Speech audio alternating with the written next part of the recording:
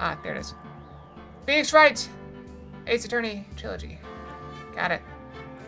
Alright, we are... here. Rise from the ashes. I don't think we know anything yet. Yeah, this is where we stopped. Come on.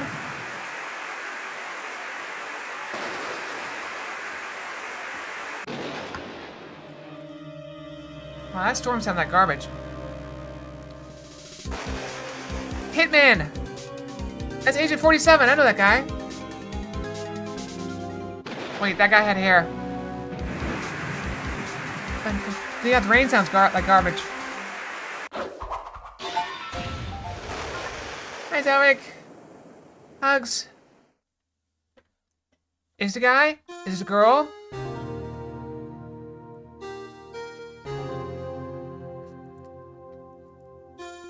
Is that the Demon Lord? It's been 2 months since Maya left the office. 2 months without a single trial.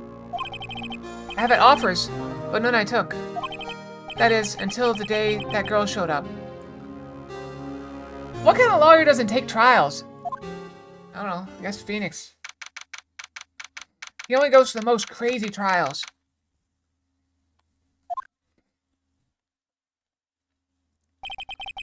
Why do I come here to the office every day? I think that same question myself very often.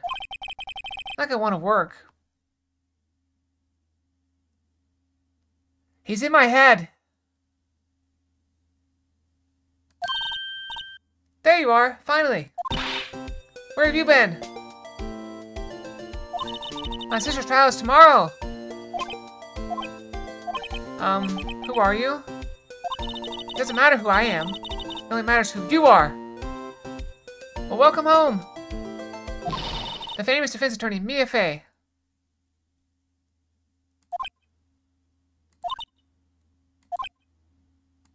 Oh, you're not Mia Fey, are you? I'm sorry, but Miss Mia Fey is no longer works here. So you are the coffee boy? Ouch! I'm Phoenix Wright, a defense attorney. Oh. Right. Wait! You're the Phoenix Wright? The Phoenix Wright from the Edgeworth murder case? Yes, that's correct. It wasn't Edgeworth who was murdered, though. That's a Wraith, then. You're better than nobody. That's always the thing I like to hear when people are, coming to get my help. You're better than nobody. I'm sorry. I think I'm not taking cases right now. I do want to share a little bit on the Scroll Saga. So, I was outside respraying the smelly stuff, because it rained. And my neighbor's like, you know they can just climb that big tree there and jump on the roof. I'm like, yeah, that's why I sprayed the tree, but, like, why would they jump 30 feet onto a roof for no reason? Makes no sense. I'm sorry, I'm reading on case, but you're Phoenix Wright, right? The undefeated defense attorney? I mean, I've had like 4 trials. Look, I'm not accepting any new cases. I'm sorry, but you'll have to try elsewhere. Please, I'm out of time. Why are you not accepting new trials? But, please, you have to help. It's my sister.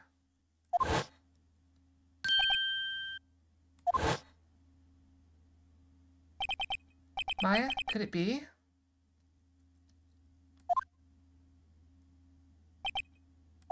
Okay, I'll hear you out. Really? Thank you so much. My name's Emma Sky. I'm a scientific investigator. I'm surprised your name's not Blue or something. Scientific investigator?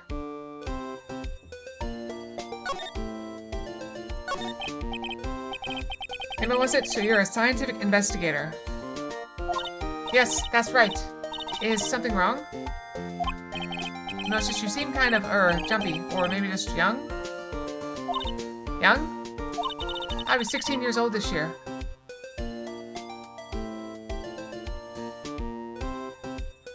This game confuses the crap out of me. Oh, I see. Wait, only 16. I'm set to be formally assigned to forensics in 3 more years. My work's becoming quite well known. At my age, no less. So what exactly is your current position then? That would be teenager. Child. Well, legally speaking, they should call me an 11th grader. They're still like... Now I gotta look it up. No, that's... I want adult engaged. Age. 18! I told you!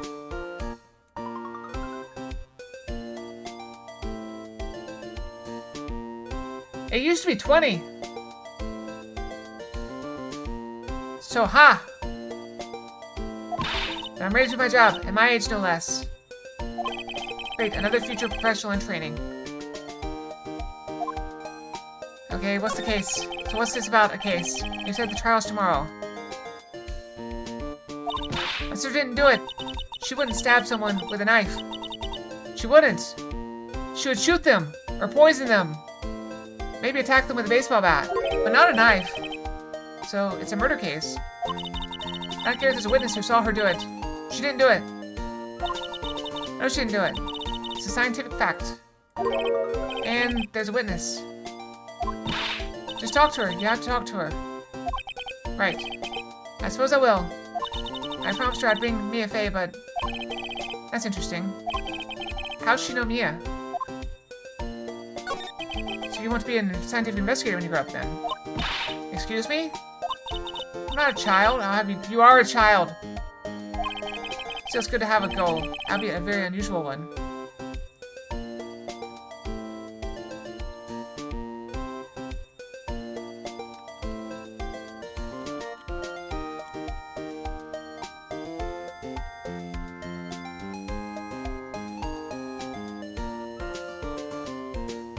I mean, I guess. Technically, get a job at 15.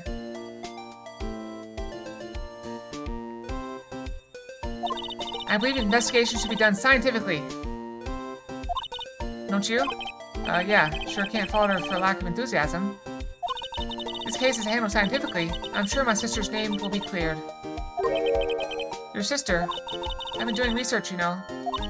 I'm developing a new scientific method of case investigation. I'll show you when I'm done. I'm looking forward to it. Guess I should get down to the detention center and talk to her sister. Let's ask about this first. My sister asked for Mia specifically. This Mia Fey person was a few years below her in school. So they went to the same school, huh? She always told me to go to Mia if I ever needed a defense attorney. And well, I need one. Incidentally, Mia is a woman. Now that you mention it, I guess it is more of a woman's name than a man's. Maybe. Well, it's nice of you to help your sister out like this. You must be close. Well, actually, when she gets like this, she is now. I kind of hate her. Huh? But she's my only family. Your only family? What about your parents? They died in a car accident when I was little. Oh, I'm sorry. Okay, let's go. Here, present this. We'll present our badge. See this? It's my attorney's badge. Ah, well, I've never seen a real one before. You're the first one who's actually been interested in mine, believe me. And this is mostly silver. The gold plating is flaking a bit. She analyzed it scientifically. There doesn't appear to be any corrosion due to sulfites. I'd give you $50 for it. Sorry, but it's not for sale yet. Alright, let's go. Man, that guy never gets a day off. Poor guy.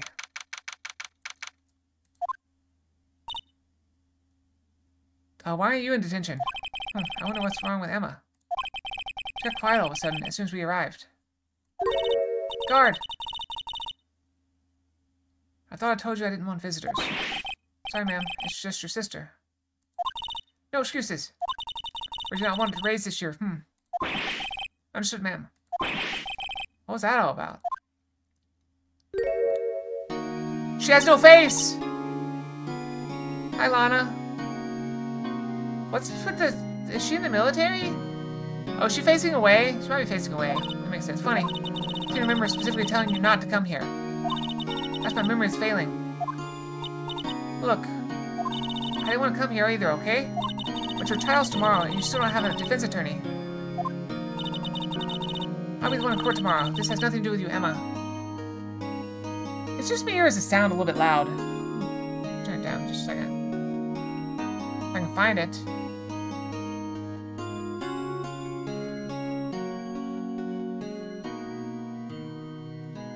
That seems a little bit more reasonable. What do you think? Isn't that right, Mr. Wright? Hey, how do you know me? Mia mentioned you. I've heard quite a bit. Or, I'm sorry, what exactly is it that you do? My name is Lana Sky. I'm chief prosecutor for this district. You're a prosecutor? And in the military, apparently. 2 sisters, one a lawyer. Must be a coincidence? Emma, Lana, I mean, they're just like...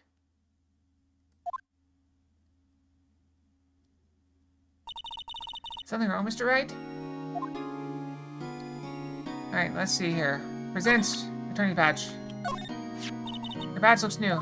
I polish it daily. In a few years, the gold plating will flake off. Then we'll see the real you. Ah, whatever happened to innocent small talk? Give 3 years, then we'll see what you have become. Wow. Alright, the case. Something you should know from the start. Which is? The suspect in this case has confessed to the crime. It's you. Huh? Wait, but the suspect... The subject is...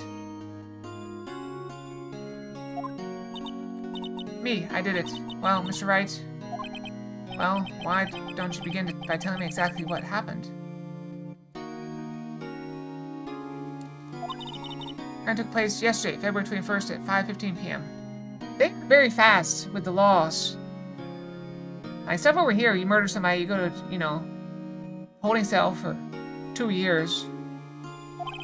It's quite specific. It was in the witness's deposition. The witness clearly saw me committing the crime. My, that was a bit of bad luck, wasn't it? The crime took place in the underground parking lot at the prosecutor's office. The body was found in the trunk of my subordinate's car. Prosecutor's office, huh? In your subordinate's car trunk. Classy. I was arrested on the spot, caught red-handed, as it were. Well, that's just great. Victim? This was victim. An investigator with the police department. I suppose the correct term is detective. Detective? Death was due to a loss of blood. He was stabbed once in the stomach. By you? Death wasn't immediate, but the wound was fatal. I see. Allow me to repeat myself, Mr. Wright. The victim was a detective. You know what that means, don't you? Uh-oh. Why, Mr. Wright? What does it mean? Well, it means the police department will consider it a matter of pride to have me found guilty. They'll use any means at their disposal to do so. The case gets worse and worse with everything I learn. So you're the chief prosecutor. That's correct. I'm responsible for overseeing every trial handled by prosecutors in this district. I make sure the prosecutors have what they need to do the job, and they manage every aspect. Every aspect. Drink my water. These are my responsibilities in a nutshell.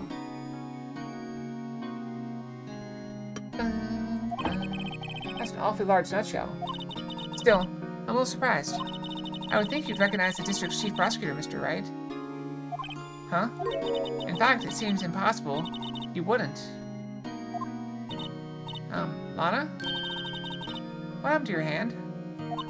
Oh, this? I cut myself by accident. When I stabbed him, that is. Huh? I'm not very good at being a criminal, I suppose. How am I supposed to defend this? I'm changed the subject. Wait, she was in the class ahead of Mia, wasn't she? You're in school with Mia, correct? Years above her? Emma told you that too, did she? Well, why not? I did drag him all the way over here from his office. Although it seems he has very little in common with Mia. Hey, I was in law school. I was in my 3rd year and she was auditing the class. She's different than the other students. Different? She was strong. She'd do anything to become a defense attorney. Anything. That was probably why she was attracted to me. Excuse me? Intellectually attracted. Lana was top of her class in school. I mean, we don't judge. It's fine. That's the best there was. Oh. I'm doing pretty good in school too, by the way. Sounds a bit different when Emma says it. Oh, Mr. Wright? Excuse me? Oh, thank you for the pats. As you can plainly see, I am admitting my guilt. I think it's safe to say there's no way you can take this case. None. But Lana... Why? Why are you doing this to me? You never think of anyone but yourself. I know you didn't do it, Lana. I know. So how can you say you did? If I lose you, I'll be all alone. I hate you, Lana. Mr. Wright? Yes? I believe our discussion here is ended. The rest, I leave to you. You mean you're requesting my services as your defense? Don't lose any sleep over it. Your client has confessed, after all. The case is over. Right. I'll do what I can to get to the bottom of this. Lana's confessed to the crime, yes. But something doesn't fit. It's that look in Emma's eyes. You know, they say, like, you never expected. It's who you never expected. Oh, he's the quiet one. I never would have thought he would, you know, chop up women and put them in the freezer. I mean, but even the people close to them. So I don't know that this person giving that look means the sister's innocent. There's something else going on here, and I'm going to find out what. I'm sorry, Mr. Wright. Huh? About what? My sister. She's not always like that, you know. I just never expected to be defending another prosecutor again. She's changed a lot. She used to be so gentle, always smiling. Everybody liked her. I see. Sorry, I'm having trouble imagining that. What happened to her? I don't know for certain myself. I think maybe she... well, maybe not. Sounds like there's something there that defies a simple scientific explanation. Let's go check out this underground parking lot. Parking at the prosecutor's office, shall we? Okay. Let's go. To the parking lot. So this is a lot worried how all happened. Looks like they're still investigating. Knowing that my first visit to the prosecutor's office should be like this. Hey, everyone, keep up the good work. Hey, what are you thinking? Well, they're going to be my coworkers 3 years from now, after all. No harm in saying hello. Actually, there is. You know, attorneys aren't supposed to examine crime scenes. I'm trying to not stand out too much. Here, see? Hey there. Expect me to go unnoticed here, partner? Partner?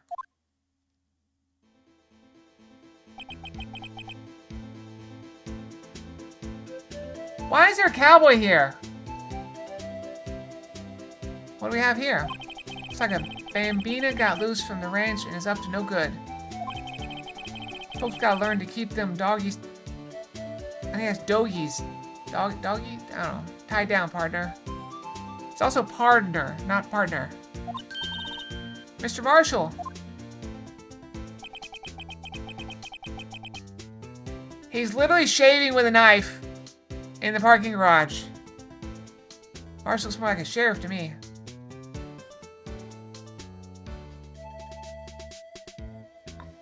Let's move on. Looky here, Bambina. I know how you feel. If he pulls that out, like if people call him to the stand and he pulls that knife out and starts shaving, I might die. This is my gang's gold strike, you see? Strike. This is our claim, our territory, with a mother load of evidence. You're fixing to mess with what's ours. You'll regret it, partner. Actually, Born. You know what dreams the cacti out in the desert dream. You want to? Isn't this the first cat? Oh. Yeah, he showed up and started shaving at us. He was just shaving. Yeah, I'm just gonna shave. With my knife. Good to meet you. As I'm shaving, for some reason. What's this guy talking about? And now he's getting drunk. You had a long home now. Happy trails, Bambina.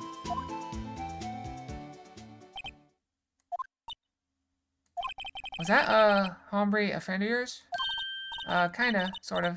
Yeah. He's a detective. Who thinks he's a sheriff from the Wild West, it seems. There's a wallet right there. Let's examine that, for sure. What's this? A wallet? Excuse me, officer? Wait, what are you doing, Mr. Wright? What am I doing? I just found this wallet, so I'm handing it over to the police. I don't believe it. It's real basic. Anything at a crime scene is evidence. Let's be scientific about this, please.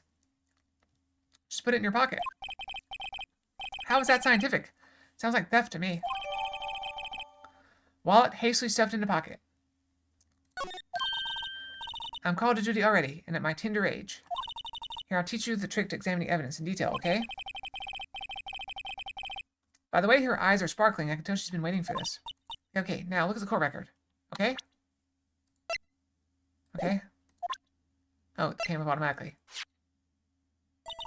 You have to be sure to examine evidence carefully on all sides. Now start examining from every angle. Alright, we're rotating. There's something in there.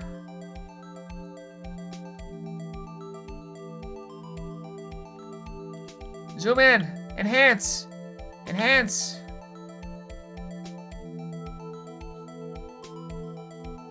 Okay.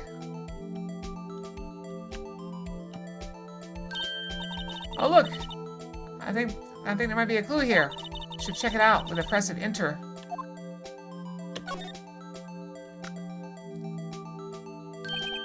This is an ID card. Sergeant Bruce Goodman. ID number blah blah blah. See, well, isn't scientific investigation useful? I guess, though I don't see what science has to do with it. Goodman's ID added to the court record. Let's be sure to examine every piece of evidence we find. I guess I've got to be on my toes from now on. It wasn't anything else. Okay, there's a door. Look, a door! This must mean something. I'm not sure the doors mean anything. No, it won't open. A mysterious lock. Let's see what's mysterious about it. Mr. Wright, you need to learn to enjoy life more. Let's finish our investigation first, shall we? She's very excited for someone that's, you know, worried about her sister being on a murder trial. Aha! A ladder! That's a step ladder. What's the difference? In scientific, it looks like a ladder. That's not a step ladder, that's a ladder. Scientific, huh? Look at the basic nature of things, Mr. Wright. It all seems so horribly familiar somehow. Here, a phone. Let's see if it works. Hey, don't touch stuff we don't need to be touching. I can't hear anything. My ears. No, my ears. It's due to the barometric pressure. What is she babbling about? Hey, what did you just say? So you can hear just fine. The phone's broken. Hey, phone's broken. That looks important, but apparently it's not. Got some barrels here. Old drum looks like it's filled with water. It's heavy. I can't even budge it. Over here is on the side. Wait, I know. I'll hide in here and do a stakeout. I could probably just get arrested. In fact, you may not even have to hide in the drum to get arrested. What? I'm not suspicious. Beg to differ?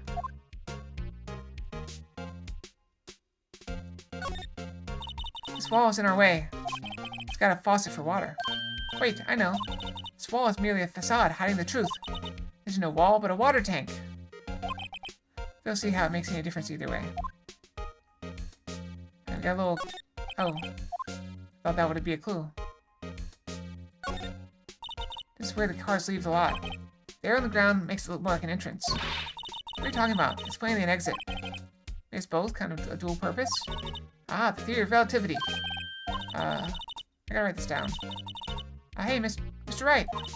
Maybe you know, was Mr. Relativity German, or was he British? Mr. Relativity? Are you sure that was his name?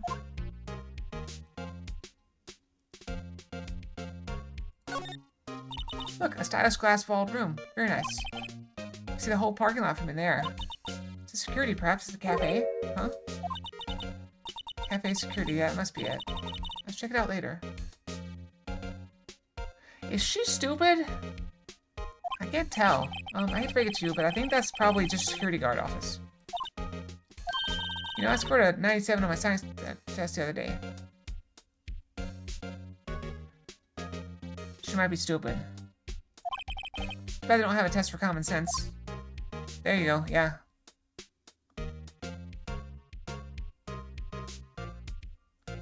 Yeah, I can see how they could be setting this up like, oh, here's your introduction to her.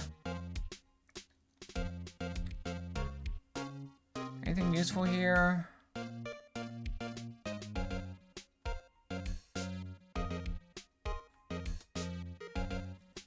Oh wait, we can slide. There's more. Oh, there's more. One time waits. Let's go hunting for clues. I wonder where this is. Oh, partner, looks like you got no intention of going home quietly. Quit shaving at us! The sheriff! Like I said before, this here's our claim. You must be moseying along unless you're fixing to bite the bullet. Ah, scary. Can you just tell us one thing? Who owns that car? Well, well. Little filly's got a good nose on her. You wanna know who rides that red Mustang with the body in her saddle, eh? Please. No problem, partner. Not time for vittles anyway. Just up to the saloon up on the 12th floor of the prospector's office. Might just find you a cerveza you like. Prospector's office? Where does this guy think he is, and when for that matter? Note to self, look up Vittles Saloon Cerveza. No, don't do that. That's food, a bar, and beer. Let's check out room 1202, the High Prosecutor's Office. In any case, stay away from this car. You can look around here all you like, just keep your paws off our claim. Right, great. Great, maybe there are some clues around here. Mr. Wright, let's check it out. Excuse me, were you two all set? Us? What's this? She couldn't be. Why does she have what is that, like, a sushi hat? Onigiri? I don't know. You're selling lunches? Here? It's a crime scene. Hello? Half and half, was it?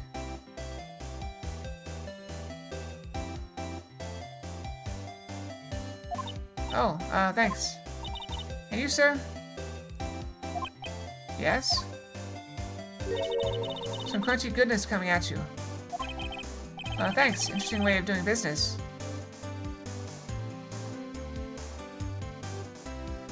I mean, she's definitely a hooker, right? This area is off limits to anyone without clearance. Especially passersby. Or you officers. No, but you don't exactly look like the type to have clearance. That's hardly a way to greet someone. You know, my days as the cough-up queen are over? Cough-up? Huh? Yeah, I'm feeling kind of full. Maybe I'll pass on lunch. I'm quite connected to this case, you see. The images are burned in my eyes, you might say. Yes, all the sordid secrets. Secrets? Dear me, you are a slow one, aren't you? I'm referring to the murder. The stabbing of that detective. Oh, she's got cold. What? A witness clearly saw me committing the crime. You mean you're the witness? My sister was talking about? Please, cough up, Queen. That's what happened. The name was Angel Star. Angel Star.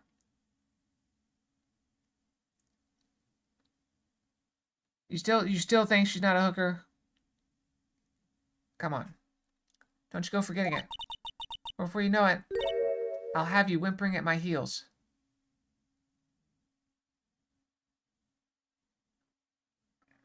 We're just gonna, slide right on past that. Yes, ma'am. Yep, she means it.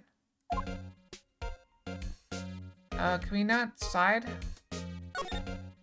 The case! Somehow, I knew. Yesterday was a day of destiny. I knew something was going to happen. Just like I know the daily special on Friday every week is salmon. Destiny? Was yesterday special for some reason? You're a defense attorney, right? You should know then. You should know the foul misdeeds of the evil ones who haunt this den of inequity. Evil ones? Prosecutors, they have no qualms at all about blackening the name of innocence. And yesterday they paid homage to the most evil one of all. They gave an award for King of Prosecutors. What a farce. So she's saying there was some sort of prosecutors convention yesterday. I was almost compelled to lace their lunches with something foul. Do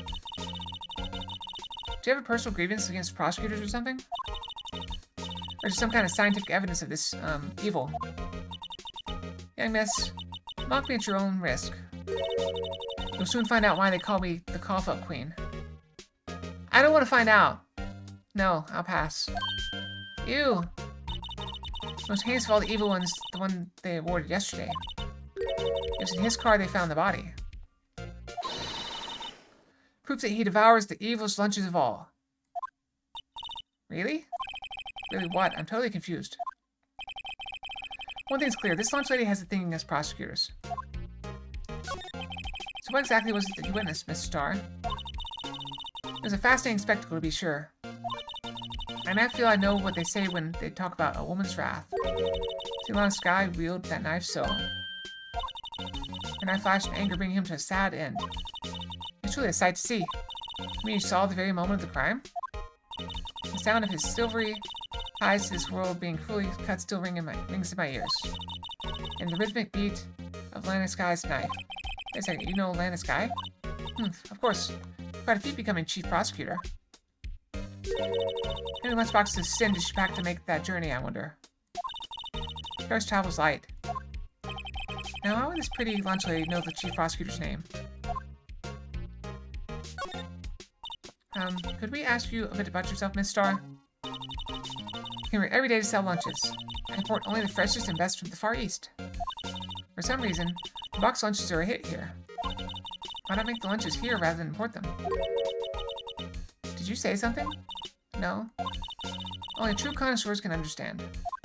The kind you can only tell someone who has tried General So's trilobite lunch set? Don't eat that. Trilobites have been extinct for like 60 million years. Well, you win.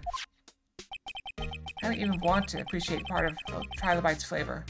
I come here every day to sell lunches. My boyfriend works in the security room here at the prosecutor's office. Your boyfriend? See the security room over there? The glass-walled booth? I sell my lunches, and since I'm here anyway, I drop in to see him. Since you're here anyway, I guess selling lunches is more important than romance. So scientifically analyze the data available so far. You, Miss Starr, are a lunch vendor with an ulterior motive for coming here. Useful analysis. Not. Did you have a bad experience with a prosecutor, Miss Starr? I sense some hostility. Hostility? Perhaps. Prosecutors are all alike, and the bigger they get, the worse they smell. Kind of like 10-day-old clams in the chowder. I wonder if Miss Starr was involved in some sort of legal trouble in the past. That'd be sure cause of food poisoning, scientifically speaking, of course. I mean, now you're talking, cough-up queen. I thought she was just a lunch vendor, but now I'm not so sure.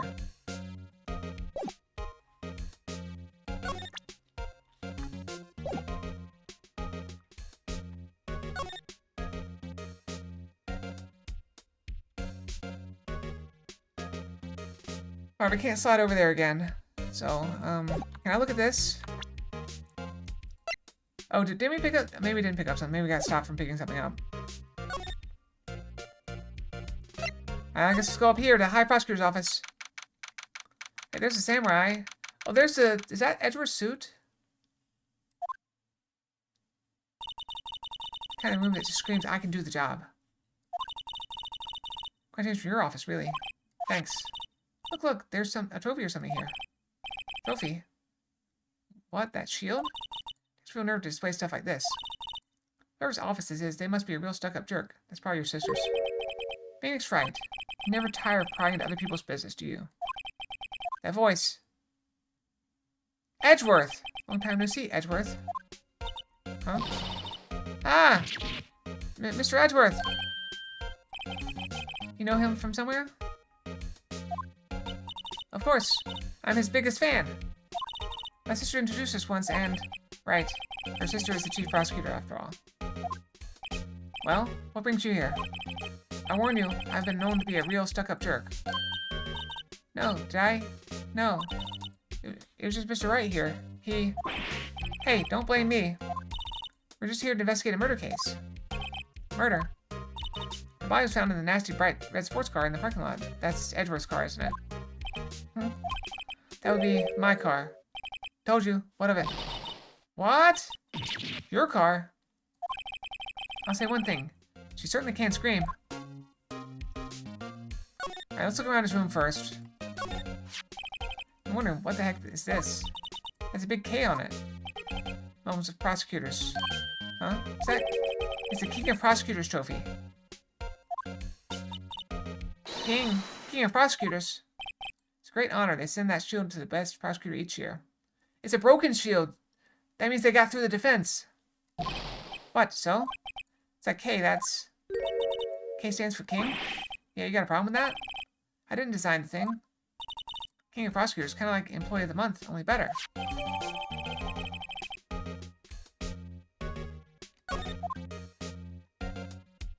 Okay, look at it again, apparently. It's King of Prosecutors shit, huh? Well done, Edgeworth. You must be proud to be the King of Prosecutors. Congratulations, King of Prosecutors. Please, stop saying that. That still doesn't explain one thing. Why is the tip of the shield broken off? Well, his jacket is from lacier than his usual ones. This must be his lucky trial jacket. Lucky jacket, right. I've never seen him wear it. I'm sure there's a story behind why it's in a frame. Maybe I'll be naughty and take a picture. She's getting way too excited about this. My. What an amazing bouquet, just right for Mr. Edgeworth. No kidding. Hey, there's a card in it. Back from the dead, Wendy. Wendy? I've heard the name somewhere before. And beside it, a giant steel samurai. Oh, I want one. Huh? There's something written on the bottom of his foot. In a rock and a hard place, Wendy. Wait, is she Mr. Edgeworth's fiancé? I don't think so. Whoa, what a view! It must be nice to have an office on the 12th floor. I guess you would feel important. Incidentally, were you to jump out this window, the time until impact with the ground would be... Got it. Approximately 3.23 seconds. That's handy to know. I don't get the feeling we're going to be jumping out this window at some point. Oh, cute. What a pretty tea set. I go more for the instant tea bags myself. Amazing. The drawer below it is filled with packets of tea leaves. It's all sorted by place of origin and flavor. Look at this royal blend. What an exquisitely splendid concoction. There's such a thing as taking a hobby too far. No clues here. The work desk is quite tidy as one might expect. Nice desk, easy to use and easy on the eyes. It's possible I can see my own reflection. Strange, why not just picture Detective Gumshoe? Maybe I'll just take that name plaque as a souvenir. Don't, he'll sue you. Hey, chessboard! I'm not too up on my chest, but it looks like blue's in a bit of a tight spot. Red knights have surrounded the blue pawn. Oh, uh-oh. Ah, crap. I skipped some stuff. I didn't mean to. And check out the poor pawn. His head's kind of spiky and it reminds me of you. Edgeworth must be an avid chess player. What's wrong, Mr. Wright? Edges surrounding a pawn with spiky hair. Nah, it's nothing. Maybe if I click on it again. My chest looks like blue's in a bit of a tight spot. Red knights have surrounded the blue pawn. Huh? Those horses are mounted knights. Their swords have really sharp edges. And check out that poor pawn. His head's kind of spiky. Okay, there we go. We caught up. Okay.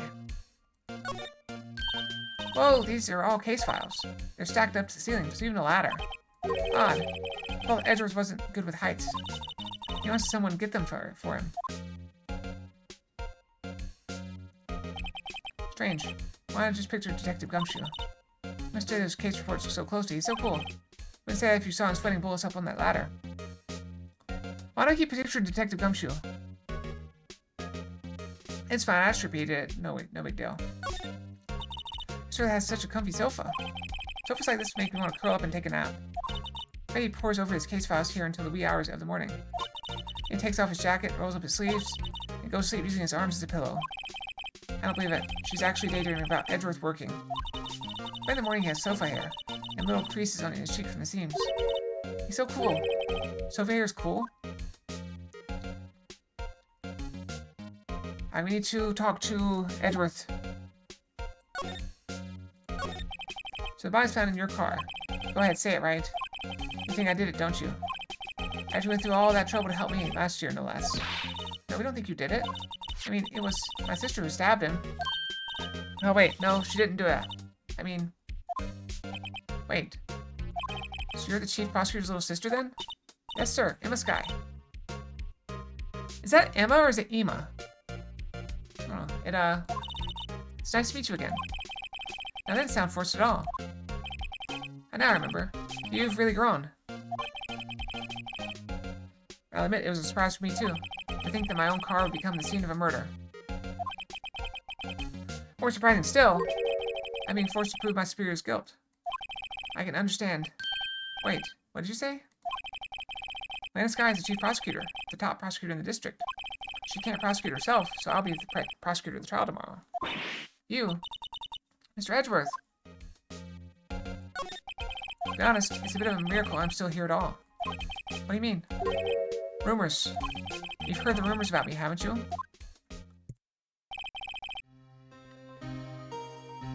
Miles Edgeworth.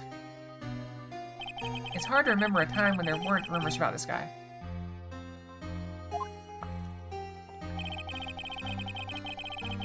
Forging evidence, arranging false testimony, illegal searches, you name it. Thanks to you, my innocence was established in the trial at the end of last year. However, there's some who say I'm the one responsible for the current incident. What? That's crazy. Some people need very little excuse to think ill of others. It's a fact of life. Impossible to stop. But some of them even go so far as to present me with toys like this. I think it's funny. Toys? That bronze shield? There's gotta be a story behind that one. Chief Prosecutor Skye, yes. We first worked together on the case 2 years ago. It was my first big case. That's right, I remember. 2 years ago, I wasn't even a lawyer yet. Since then, I always felt that she was looking out for me. It appears I was mistaken. Mistaken? Why? I know she's not the warmest person. I'm sure she felt some responsibility for you. Hey, look, we got Snow Fox! Then, why? Why did she stab someone in the trunk of my car?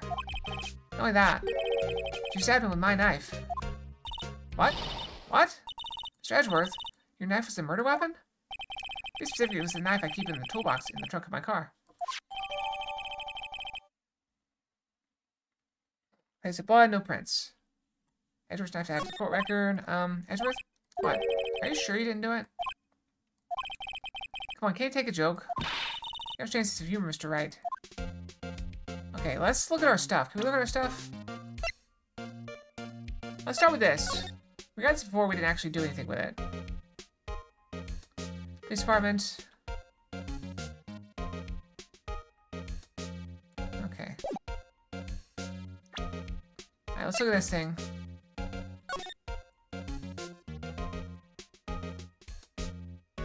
Ooh, zoom in. Enhance. Enhance. Check it out. There's a metal plate here. It looks like the names of all the previous recipients are engraved on it. Wow. One guy's listed a bunch of times. Von Karma. I guess he must be a foreigner. Yeah, that's probably it.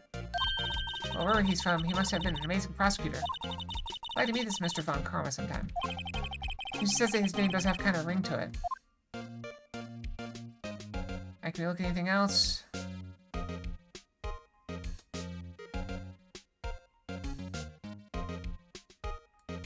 Alright, what about the next thing?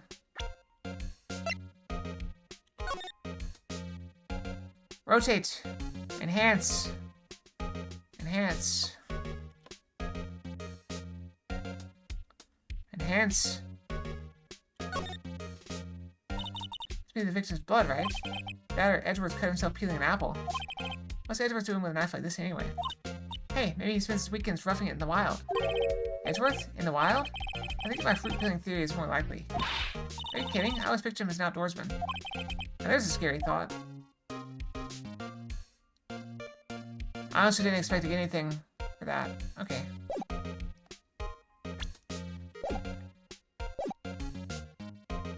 So basically, it says you were the best last year, huh? You can take that foolish grade elsewhere, right? I lost a day of work to receive that travesty. Huh? Why's that? Had to go to the police department to receive that broken shield. Police department? Yes, right next to the police station downtown. You've been there, haven't you? Where Detective Gumshoe works? Yeah. I was wondering something about your shield. Why is it broken? What does it matter? I got more important things to worry about. Oh, right. Doesn't seem too concerned about what's better or worse. It's just a very busy day for the prosecutor's office. Maybe we should ask him more about yesterday. It's against my policy to spend evidence with the defense, especially with you. He doesn't like you much, does he, Mr. Wright? Nah, with Edgeworth, it's never personal. It's all about winning tomorrow. The day of the crime. Could you tell me more about yesterday, the day of the murder? Yesterday was annual cleaning day at the prosecutor's office. Cleaning day? Working with the police department, we sort and file all evidence for solved cases. We call it evidence transferal. Wiping your hands of old cases, in other words. Oh, another thing. A ceremony was held at the police department. There's an annual review and awards for outstanding police officers and prosecutors. And that's what you got, the shield. I was at the police department yesterday afternoon. I got back here at 5:12. That's very precise. People like myself and Mr. Edgeworth pride ourselves on our precision, Mr. Wright. No, I place little faith in my memory. The only thing I trust is solid evidence. Parking stub added to the court record. It's the parking stub from the underground lot. The murder took place around 5:15. The murder happened right after you got back. What, Mr. What, right? Appreciate it if you direct that suspicious glare elsewhere.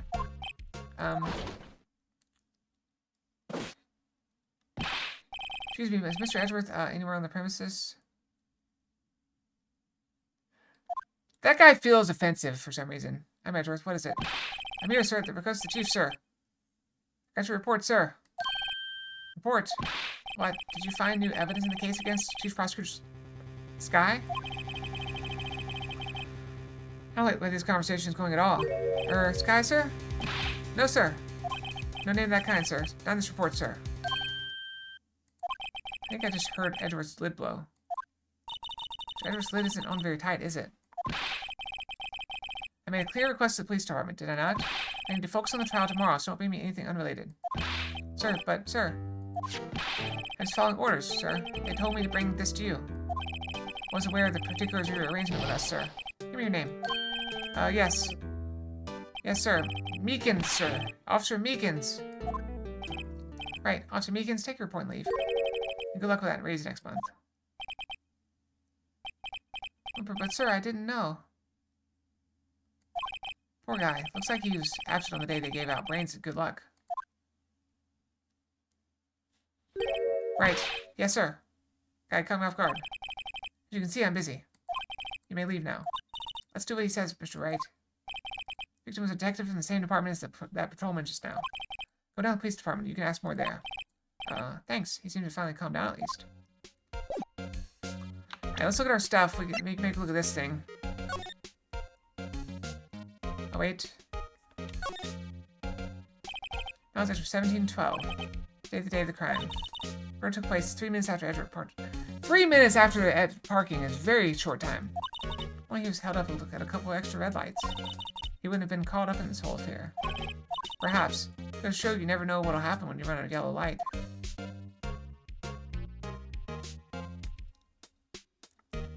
Okay. Anything else? Nope, I guess we're good.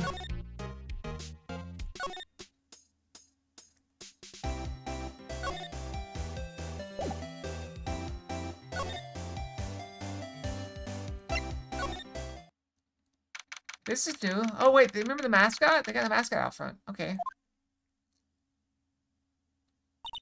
Ooh, we're finally here. Why would they put the police department so far away from the prosecutor's office? He meets me that took almost 30 minutes by taxi, and traffic wasn't even that bad. Police department, huh? Only ever been to criminal affairs next door. Hold on, what's that?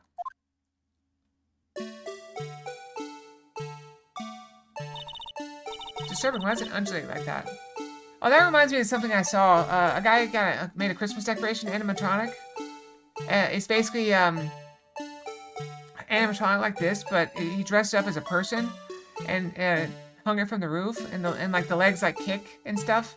So it looks like somebody fell off the roof, and they're hanging on. Oh wait, I know. This is the Blue Badger. They're trying to make him the police mascot. Oh, Mr. Wright, you sure know a lot about the police. So it does seem familiar somehow. Forget the Blue Badger. Who's that next to him? Someone appears to be dancing with the Blue Badger. Uh-oh. He knows me. He sure is running over here fast. Hey, pal. What are you doing here? That's my line, Detective Gumshoe. No, I saw it on YouTube. There is, in my neighborhood, they took their Halloween decorations and just put Christmas hats on the skeletons and stuff, and it looks really funny. I like it. Suzuki, why were you dancing over there? What? Well, at least he doesn't seem to be busy. It's our chance to get information. Hey, I'll have you know I'm a very busy man, pal. Alright, let's go around real quick. I was wondering about that. What? The Dancing Blue Badger? It's my masterpiece. You made this, Detective Gumshoe? And duct taped it together for some reason? She threw together some designs and I just did my thing, pal. Nice work. It's battery powered, so it can go anywhere. There's no switch, so it just dances and dances and dances until the battery dies. Poor Blue Badger faded to dance until he drops. Why is that? Okay, that's evidence apparently. Let's take a look at it.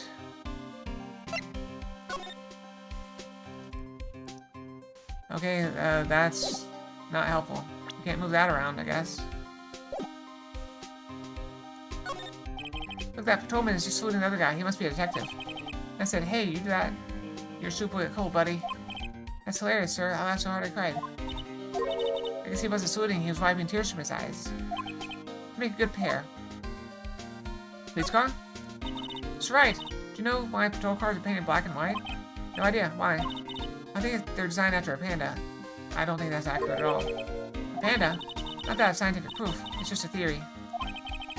Let me ask you how you came up with that theory? When I was on a school trip, I saw a patrol car and it came to me. She was probably like 7. They'd just been at the zoo, you see. What about zebras? Or do they not have zoos at your zoo? Mayor here has announced the crime-fighting campaign. Nice slogan. Once it was selling fingerprinting sets. I think it's that kind of campaign. What family wouldn't want a set at home? It's good for finding out who stuck into the cookie jar. I think most families can figure that out without the extra help. I always get excited when I come to the police station. Why is that? It just feels like I've jumped into a movie. Huh? You know, with all the police and criminals? Well, I don't know if this is all that exciting. Sure it is. Look at those 2 officers over there. They're probably talking about the latest bust. Funny, I thought they were talking about the weather. There's the doors. Detectives in there look pretty busy. Benjamin, right now, behind those doors. Please saw him in action. Somehow the thought fails to excite me. I mean, we can examine it again. Maybe I have to look closer at the handprint. There's no thing, though. Like, we can't look at it. I mean, I saw the handprint, but there's no prompt to look at it. Like, everything else you can, like, move around. Like, we can't even, there's nothing to even examine it.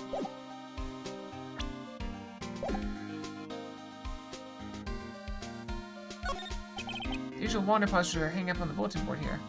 Why do they have an outdoor bulletin board? Do you know this face? You do dial 911. You know, Mr. Wright, I've always thought it was kind of funny. Never seen anyone who looked like the people in these posters. They hardly even look human. That's a point. Okay, I gotta go brush my tail again. I'll be right back, okay? Go brush real quick.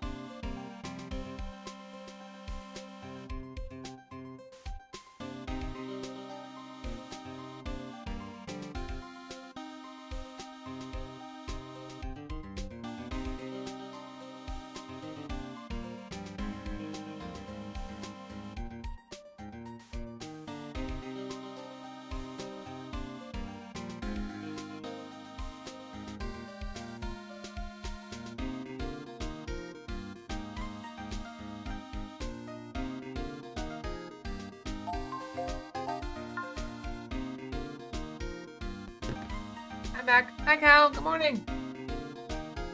Hope you're doing well. One that looks like a fox. The handprint. One of the blue handprints looks like a fox. Now I gotta look at it again. Where do you see a fox? I don't see a fox. Here for the last day. Hooray! Vacation coming up, or holidays. We already saw this. Let's skip it. Oh, the wanted poster. Does not. It's lies. It's lies. Lies and slander. Okay, let's talk to the detective. I think that's all. I don't really see anything else. Okay. Talk. The case. I'll give you one word of advice, pal. You better not agree to defend the suspect in this case. Why not, huh? Well, it's just the chief prosecutor has confessed to the crime. That's only a day away, Cal. Only a day away. She says she summoned the detective to the prosecutor's office and she killed him. When it was moving, the handprint wasn't there? I did not notice. Am I gonna have to look at it again? What if she's not telling the truth? Yes, well, no. Come on, pal. There's plenty of evidence against her. What if the evidence was faked? Hey, pal. Can I speak to you for a second? Huh? Me? Why is this little girl so peeved at me? She's a relative of the suspect. She's Lana Sky's sister. Whoa, she prosecutes little sister? Just please investigate this case carefully, okay? Scientifically. Yes, sir. Oh, boy. Oh, by the way. You want to keep your voice down.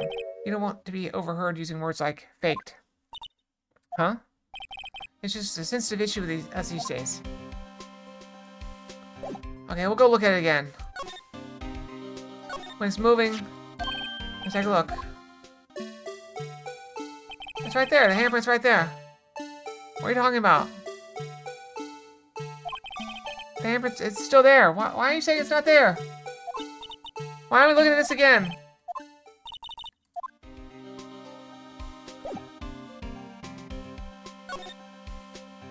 I see you later. Hugs. Cal, have a good day. It's there. I promise.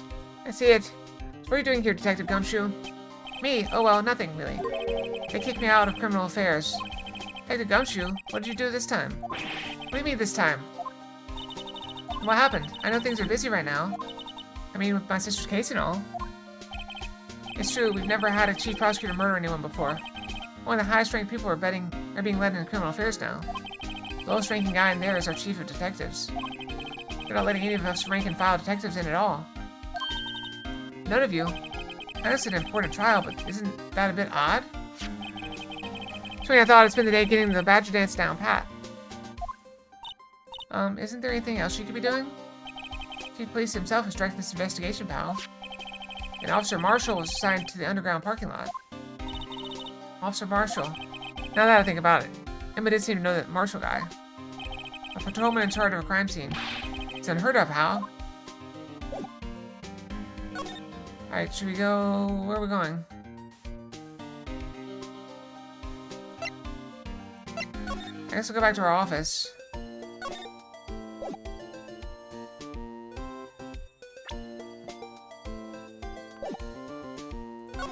We can go back to the underground parking lot and see. Is there anything else we can do? We can't slide over again.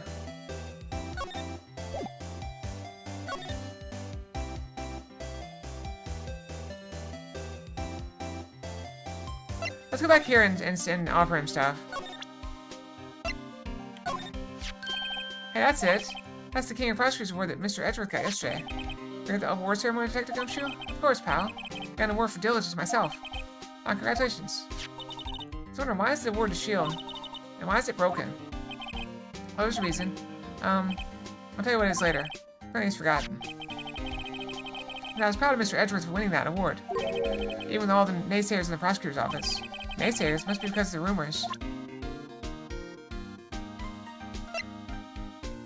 don't think I want to present this.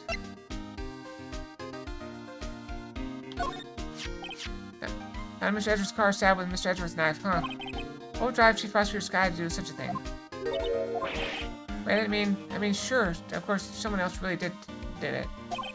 Someone must have guarded against Mr. Edgeworth. The car and the knife do seem a little too well organized to be a coincidence. Poor Mr. Edgeworth, what could have happened? That means he clearly didn't lock his car. I had to find out a little more about what's going on with Edgeworth. And Mr. Edgeworth's car, stab him. Okay.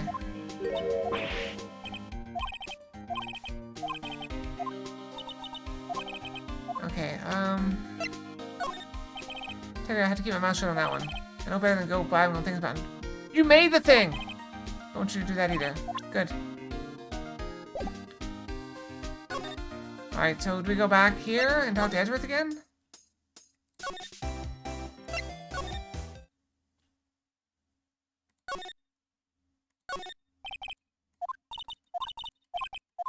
Wait, did everything reset? Everything reset. There's nothing here. Edgeworth's not here.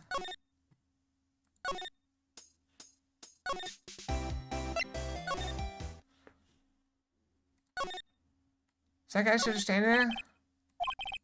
Frozen in fear of the frigid Miss Lana. I'm feeling a bit chilly myself. But she's not even here!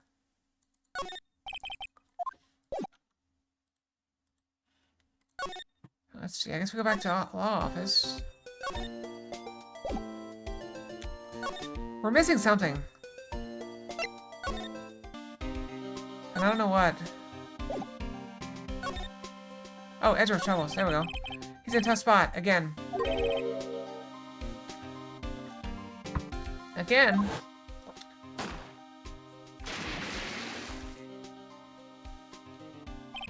Well, it all started with that murder of that defense attorney, Hammond. But Mr. Edgeworth was found innocent. Listen, pal, there have always been rumors about Mr. Edgeworth. Forging evidence, making deals with witnesses. Nothing got right, but there were always whispered rumors. Ever since he's accused of murder, no one's whispering, they're practically shouting. But there's no evidence against him. But Mr. Edgeworth has always had unusually strong ties to the department higher-ups. It's only natural that people would be suspicious. I had no idea he was under the gun. Anyway, this latest case has started a new rumor. People say the only reason he took the case is because he's aiming for the chief prosecutor's position himself. What? I know the truth, pal.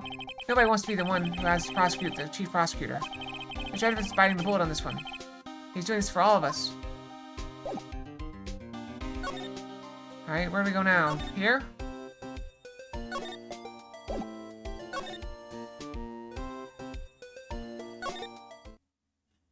Nothing there.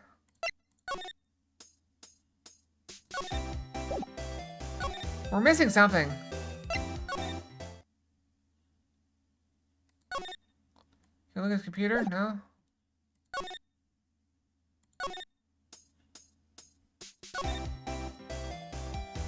See, this place didn't reset. Why did Edgeworth's office reset?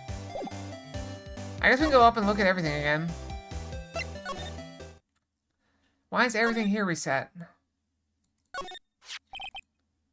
She was kind of broken, made out of chocolate, and someone took a bite out of it. It used to be made out of bronze with gold plating. It's not worth much, $70 tops. She doesn't think about pricing everything, doesn't she? I don't know what that big K means. Mysterious. We already know. It means king of prosecutors. Tiger framed on the wall like a painting. That was high-grade cashmere. Italian styling. Silk ruffles, turquoise buttons, and a gold thread collar. I guess it's worth around $5,000. $5,000! $5,000? Speaking of which, your suit will be about... That's enough of that. I need my life of praise, thank you very much. His suit's probably worth like 80 bucks. Wow, what an amazing bouquet. Looking, hey, there's a card on it. Back from Dead Wendy. We did this is the same as before. Okay, that's the same as before. We looked out the window. T said books. It's all case files. Stacked up ceiling. But Mr. Wright, what an unusual observation. That was a compliment. Hey, chessboard. In a tight spot. Very nice rounded. Okay, well, we looked at everything again. What do we do now?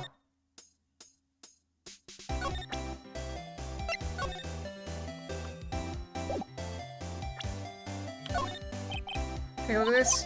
You, yes? You said you wanted some hot tea, right? No, but thanks. Shouldn't even look at me.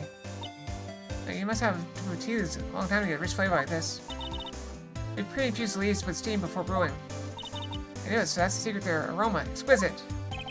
Only thing I'm smelling around here is wasted time. Take a look at this. You, yes? You said you wanted some hot tea. Okay.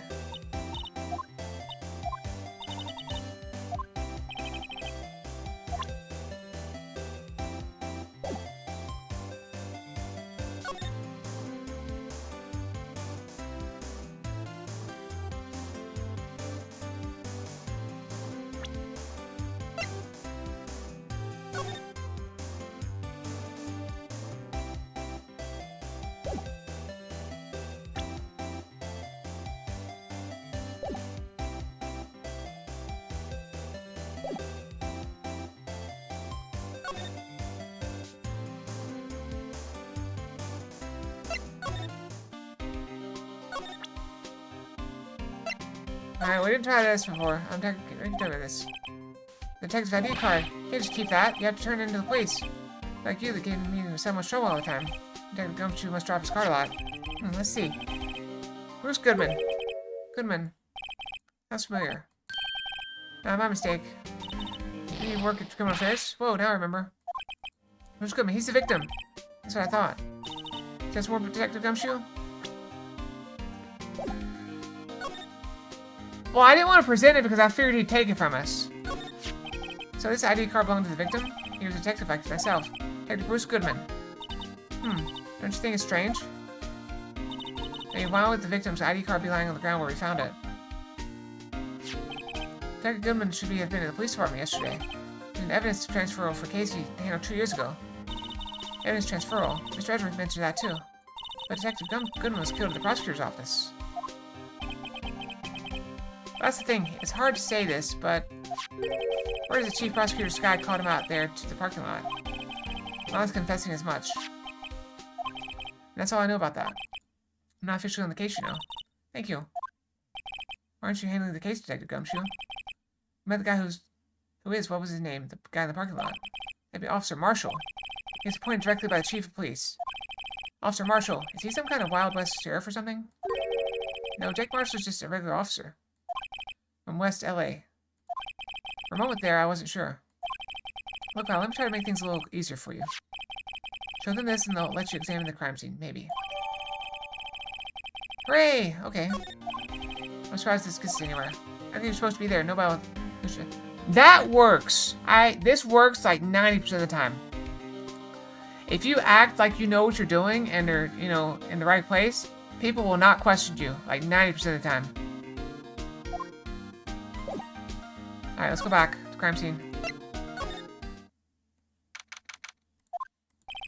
like the investigation's still going. I had to be getting back to the shop. So it looks like I was stuck in this pit till the sun sleeps. See you in my dreams tonight then, baby. Oh, still here? Oh, hello. My surprise look, did I mention? I got a boyfriend in the criminal affairs too. What happened to the security guard? Hey, what's wrong, Bambina? Looking like a doggy that's lost its herd.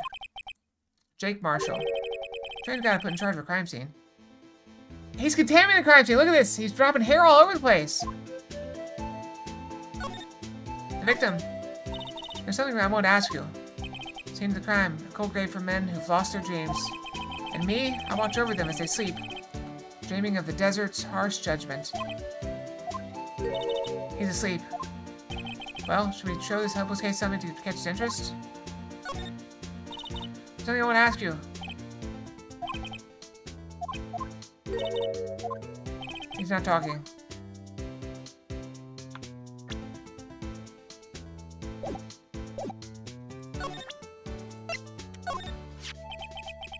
Would you mind reading this for me? What's this? I warn you, fan letters to me go right to the spittoon. It's like your introduction from Detective Gumshoe. Maybe investigate? Gumshoe? Ah, that old cow dog? He holding a birthday party or something? Huh?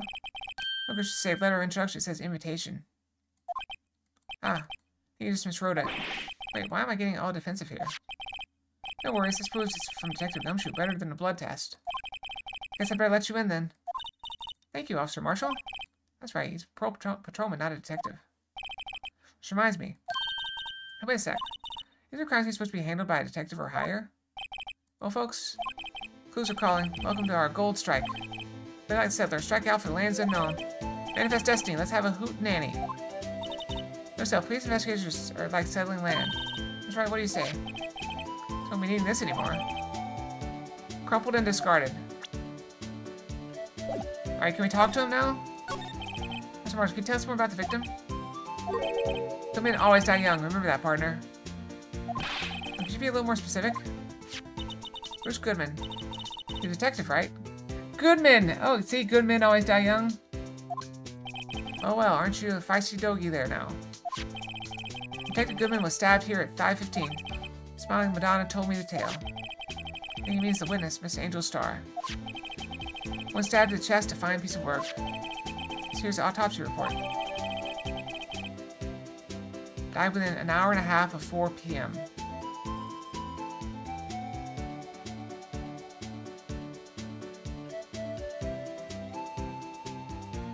So he died at 5:30. So he died between 5:15 and 5:30. That's pretty quick. For one knife wound. Was he involved with the victim in any way? I should mention that, Bambina. Chief Prosecutor Skye and Detective Goodman had nothing in common at all. Nothing in common? They apparently worked together on a case a few years back, so there's no motive. Goodman wasn't a particularly gifted detective. That's one reason why he didn't do much work with the Chief Prosecutor. But I didn't. My sister called the victim here on the day of the murder, right? Here, to this parking lot. So it seems like calling an unarmed man to a shootout at high noon.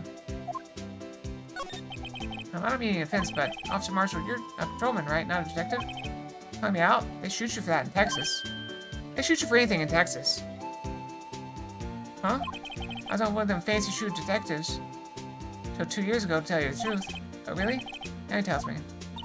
But you're a patrolman now, so how can you be in charge of a crime scene? I think it's by you, does it, Bambina? Why are you in charge? No reason. Pretty short on hands right now. I'm keeping an eye out in the meantime. That's odd, though. Like Gumshoe was saying he had nothing to do. Nothing important, at least. He's nothing but a sad old cowdog that can't fight his tail. Maybe it's because he runs with that Edgeworth, eh? Edgeworth? That cowdog's been kicked out of this cattle run by order of the chief of police. She don't realize it yet. Maybe Gumshoe kicked out of the investigation. Alright, let's go slide over and investigate. B-block is through there. That's where visitors park. I can see the Lunchland car over there far in the distance. Hey, you're right. I like the cute design on the door. I see a cartoon cow munching down a juicy-looking steak. Doesn't that strike you as a little creepy?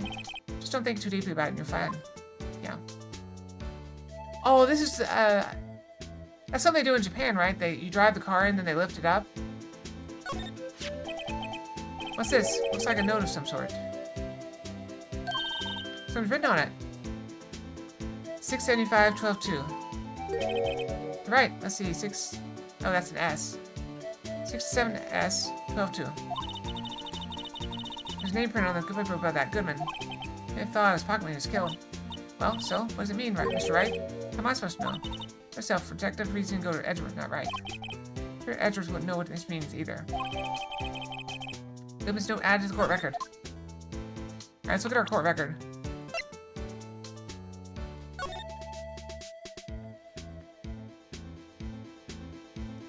Caught by a 4.5-inch knife.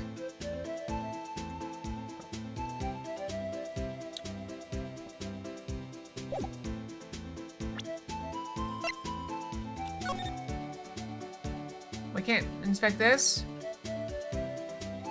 Why they didn't give us all this evidence you can rotate and then they stop allowing that? The rope. Is it? Yep, they laid it out on the victim's body. So wait. The victim must have died when the killer closed the trunk on him. You've got to be the only person I know that would come to that conclusion. It's like a cell phone. Scientific analysis suggests this belongs to the victim. Maybe anyone else it could belong to. What's so scientific about that? Should we check it out? Right, let's check it out. I'm not doing that. Okay. Wait. There. Man, what a boring strap. What's wrong with it? Everyone has different tastes, you know. Here, check it out, mine. It's a pink princess strap. It's hard to come by, you know. This series is popular as ever with the kids. Okay, next. Blue thing. We have learned how to operate a flip phone. This phone's still on the redial screen. Redial. Mr. Wright? This phone's keep a record of all the calls you made and received. You just press the blue button to display the last number you called. Read it, isn't it? Surprised you didn't know about it. Sorry to disappoint you, but even I know about things like redial. Huh? Oh, I'm sorry. It's just you never know with people from your generation. Whatever, let's check this phone out.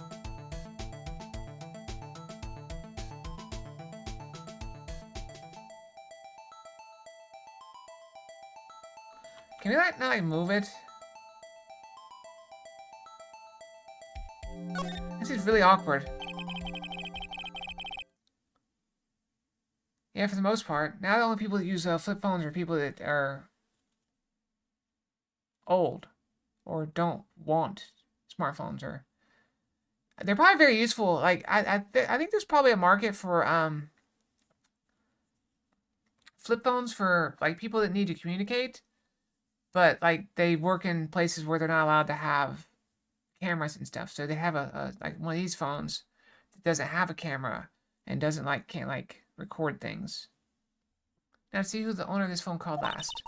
Herself, a visitor doesn't think first, he just pushes the button. Beep.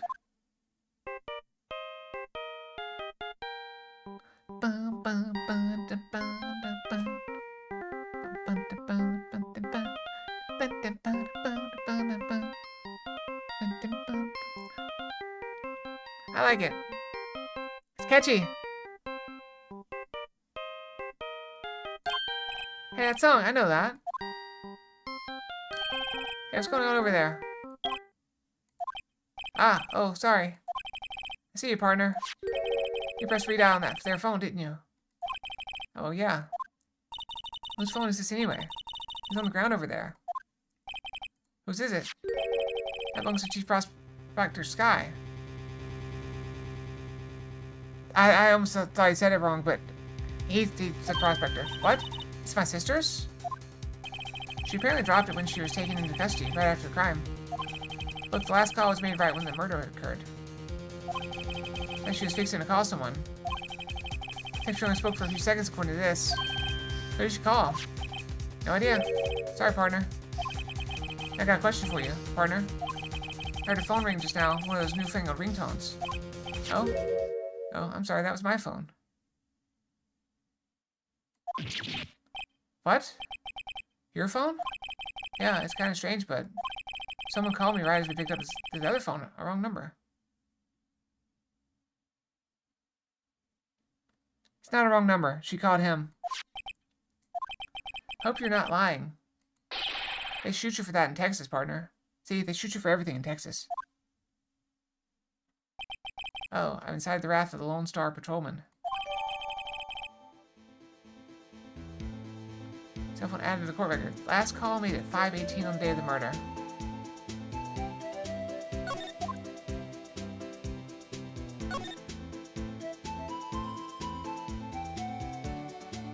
I really want to hit the button. A-Block, this area is reserved for prosecutors. Defense attorneys are relegated to B-Block. I need a day when I will be able to park my car here. I'll go over to B-Block and buy my hamburgers from you, Mr. Wright. I'm not planning on giving up my job that soon. Now, what's he talking about? Giving up his badge at some point? This appears to be the car where the body was found. Looks like the lock on the trunk is busted. Ah, that explains that. Placed in the underground parking lot at the prosecutor's office. I was found in the trunk of my subordinate's car.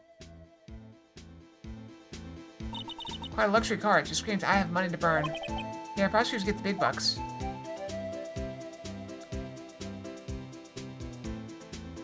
Why would prosecutors get the big bucks? Do you think defense attorneys would get the big bucks? Because prosecutors work for the city, or the state, or the county, or whatever.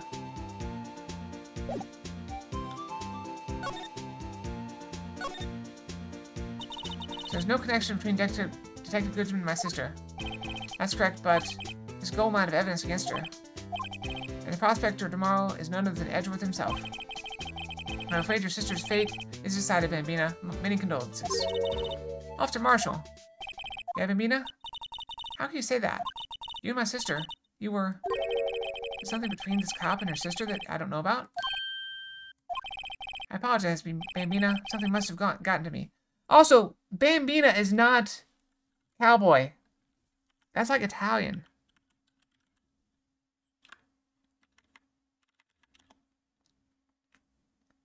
Yeah, it's Italian for girl.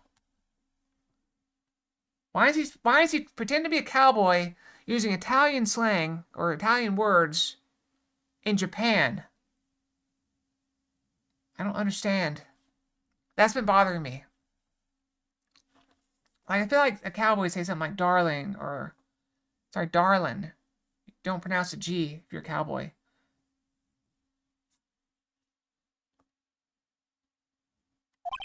Maybe it's that dry wind that's blowing through the prospector's office.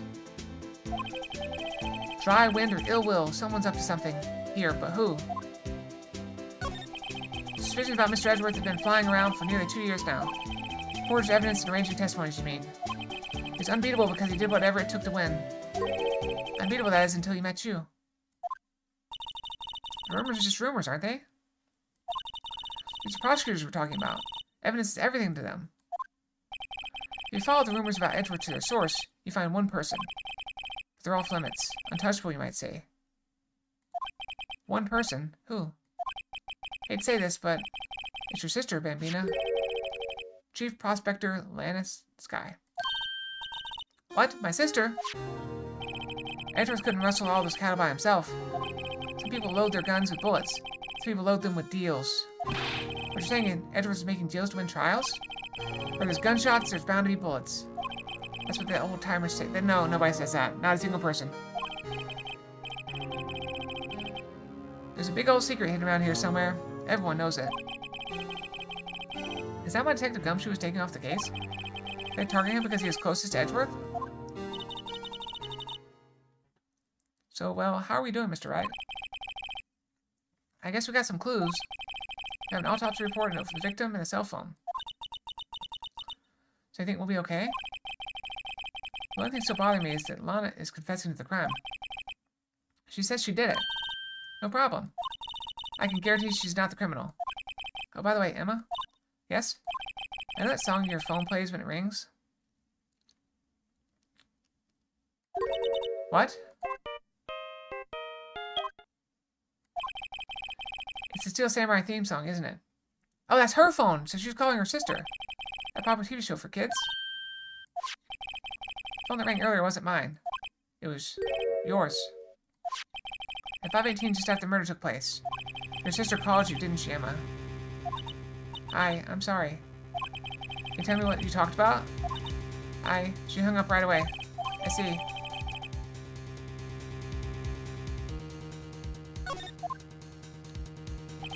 A detective is murdered, and the suspect is the top prosecutor in the district. I got a bad feeling about this.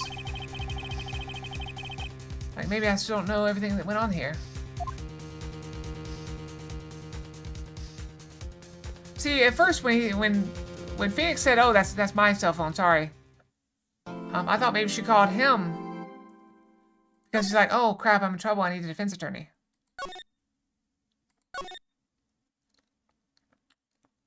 All right, let's go. Day 2.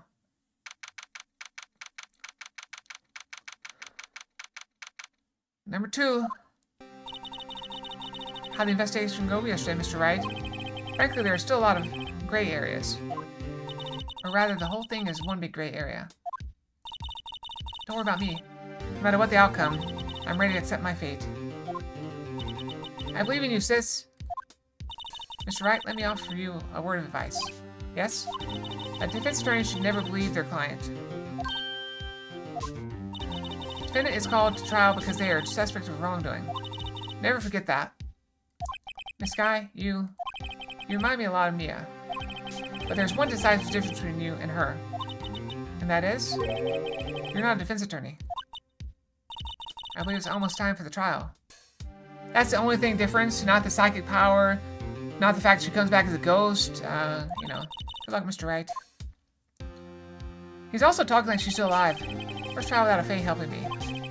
No one's gonna bail me out this time. There's Mia. I'll be alone in there. So I have to discover the truth all by myself. Let's do it, Mr. Wright. I'll be with you the whole way.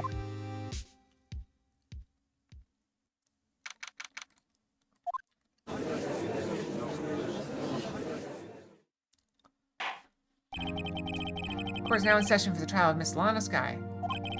This is ready, Your Honor. Prosecution has been ready for a while, Your Honor. Edgeworth. It's been 2 months. I'm not a Pokemon! I've been in the courtroom since his trial. But my personal feelings would not be a part of this proceedings today, Mr. Wright. I am not. I will choose the path I think is right, regardless of what those around me might say. Judgment to be made here is in our hands, not those of anyone else. Very well, Mr. Edgeworth, your opening statement, please. Chief Prosecutor Lana Skye has committed an unpardonable crime. No, you didn't catch me, so it doesn't say anything.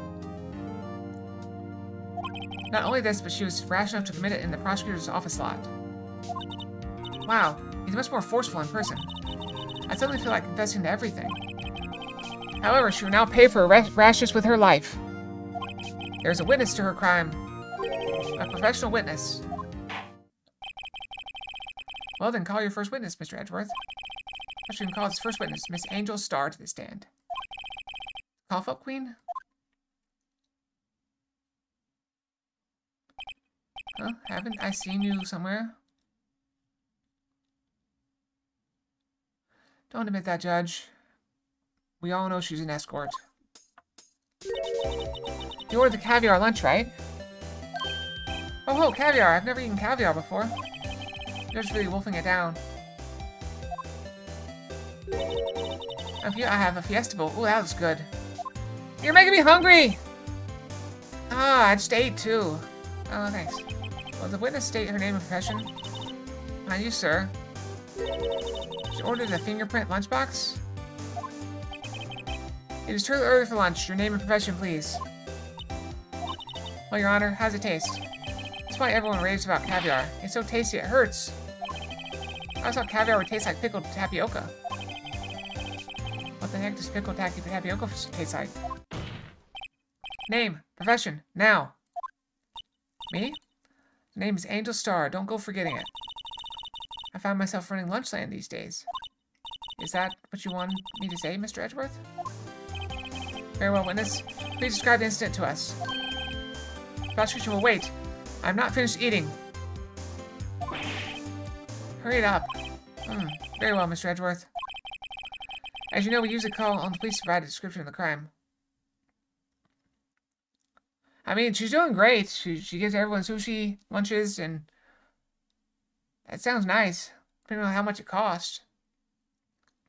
I know the food trucks come to my place. They give you a little bit of food for a lot of money.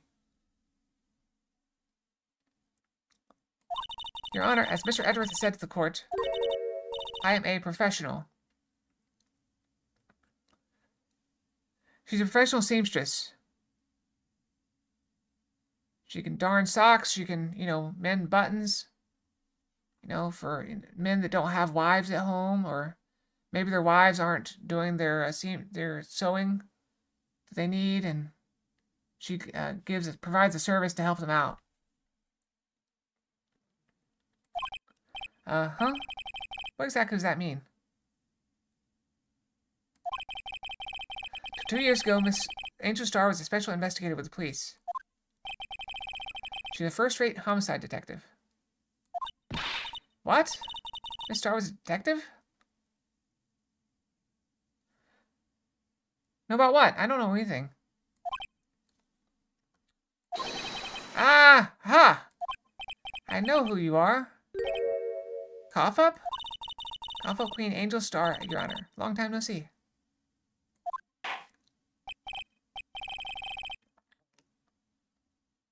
Very well. You may continue with the description, Miss Starr.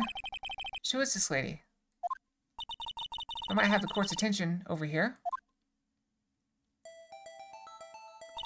The parking lot of the prosecutor's office is divided into 2 blocks. A block is for prosecutor's office personnel. B block is for visitors and clients. A chain divider separates the 2 blocks. I suppose that's to keep visitors from taking up prosecutor spaces, yes? The crime took place by a car in the back of A block in the car's trunk. The killer stabbed the victim with his knife and went to drive the body out.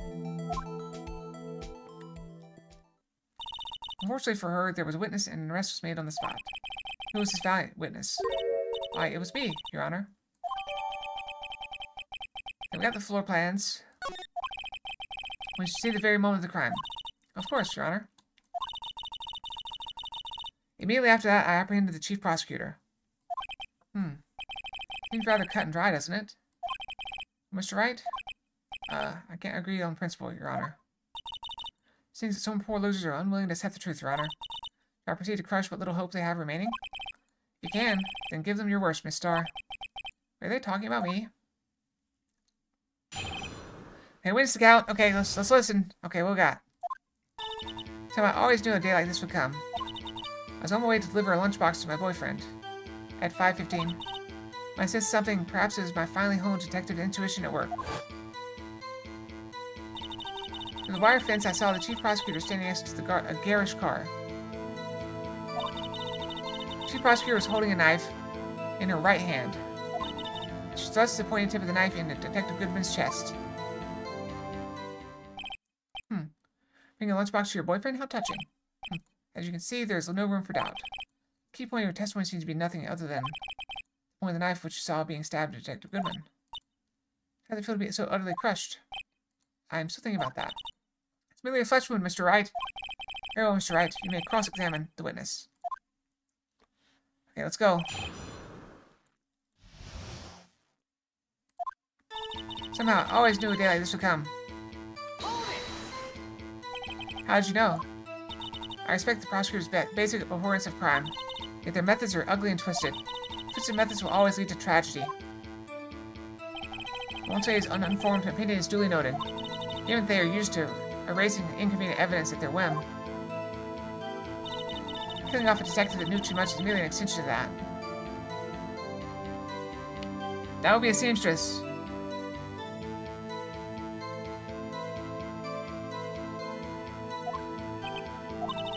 Miss Starr, do you have something personal against prosecutors? I felt that I had found my dream job when I became an investigator. If I hadn't been laid off by those prosecutors over there, I'd still be one. Laid off? She was fired. To me, prosecutors are nothing more than worms. That said, I'm a pro, as you know. My testimony is unbiased and flawless. Very well. You may continue, Miss Starr. I was on my way to deliver a lunchbox to my boyfriend. This boyfriend, he's the detective? Not that boyfriend. The security guard. That boyfriend? You have several? Yes, this boyfriend, that boyfriend, and the other boyfriend. Care to join? Yet another boyfriend position is still open for applicants.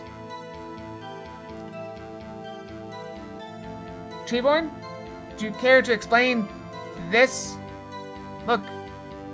Right there. What is it? Look. There. Like, what is this?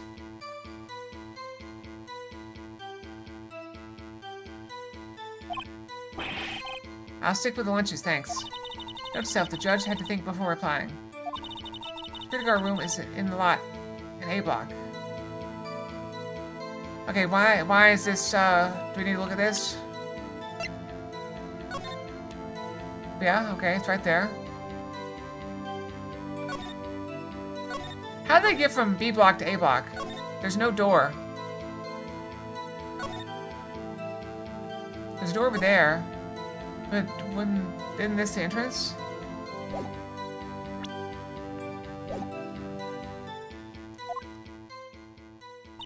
It's up on the second level so you can see everything from there.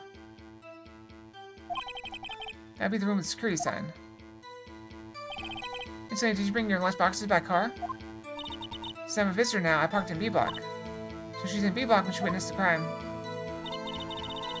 I said something. Perhaps my finally honed detective intuition at work. You said something? So you're saying you had a premonition of the murder. It felt like, how'd you say? Oh yes. It was like the feeling you get when you view a pumpkin chock full of seeds. I have no idea what that means. Yeah, I'm with the judge. Speaking of detective intuition. Wasn't the victim Mr. Bruce Goodman also a detective? Yes, well, he was like a young cheese. A young cheese. A pale white cheese, not tangy. Like a tangy experience on the streets. A greenhorn. That must be hard yellowed and sharp as a tack. Yeah, with odor and old cheese to match. In any case, I felt something stirring in the back of my mind. Through the wire fence, I saw the chief prosecutor standing next to a garish car. By garish car, you mean Mr. Edgeworth's car? Yes, Mr. Edgeworth's. Instantly, the knife which the victim was stabbed was also Mr. Edgeworth's, wasn't it? Indeed, it was. How did she know that? What an odd case this is. The person you saw, you're sure it was the defendant? I saw her from no further than 30 feet away.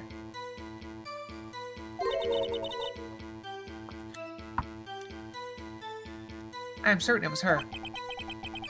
If she's telling the truth, we're doomed. Let's do what we can. Even if we don't have any proof, we can always nitpick. Witness.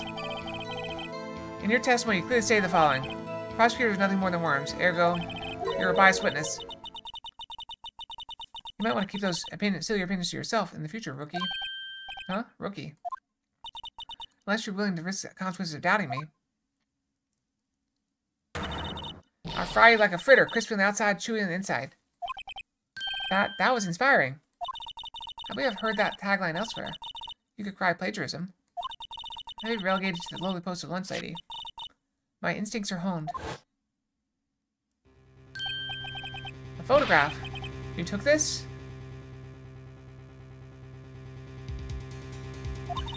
The moment I witnessed the crime, my reflexes took over and I took a picture. In fact, one of my lunchboxes is rigged with a camera. I suppose that's more exciting than just hanging it around your neck.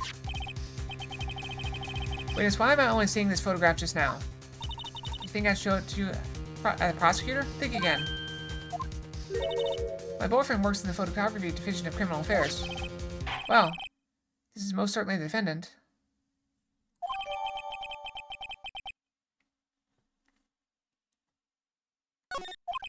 Oh, that is unmistakably Lana Sky. So what was the defendant doing at the time? The prosecutor was holding a knife in her right hand. Tell me more about this knife the suspect was carrying. Well, I'd say the blade was about 4 inches long. Is that right, Mr. Edgeworth? It is your knife, after all. Yes, that's about right. Prosecutors are, by nature, well-versed in the location of a man's vital organs. I'm sure it's easier than boiling an egg for my egg salad surprise set. Can't testify as to her ability to kill a person. Huh? Perhaps a chicken salad except would have been a better metaphor. The defendant was holding a knife. What then? And she thrust the pointy tip of the knife into Detective Goodman's chest. That's why you didn't try to stop this crime. You just see her raise the knife to strike, no? This has a point. Fortunately, by the time I realized what was going on, it was already too late. Too late. Yes. Next moment, the chief prosecutor brought down the murder weapon. I see. It's only a flesh wound, Mr. Wright. We can make it. Said that before anything else. Scientifically speaking, Miss Starr's testimony is flawless. That's pretty fatal to me. What do we do? Is this it? Is my sister guilty? Keep our heads cool and press the witness for a bit, shall we? And having her panicky next to me makes me calmer. Don't smile like that. Somehow, I always knew a day like this would come. Wait, we already pressed. Alright, what do we have? Let's look at our stuff. What do we have?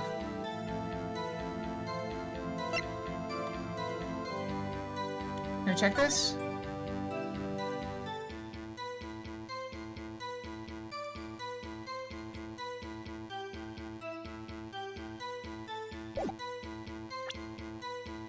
Alright, what do we have? What are our stuff?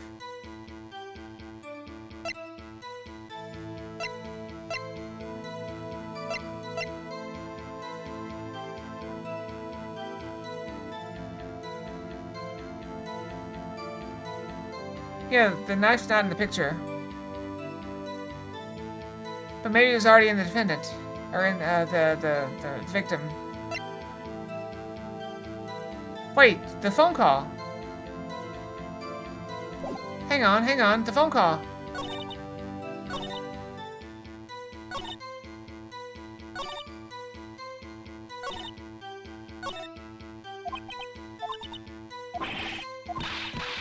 Alright, hold on.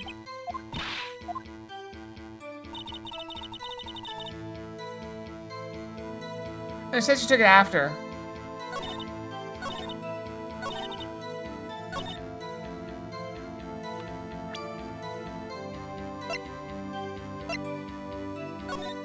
We can try presenting it.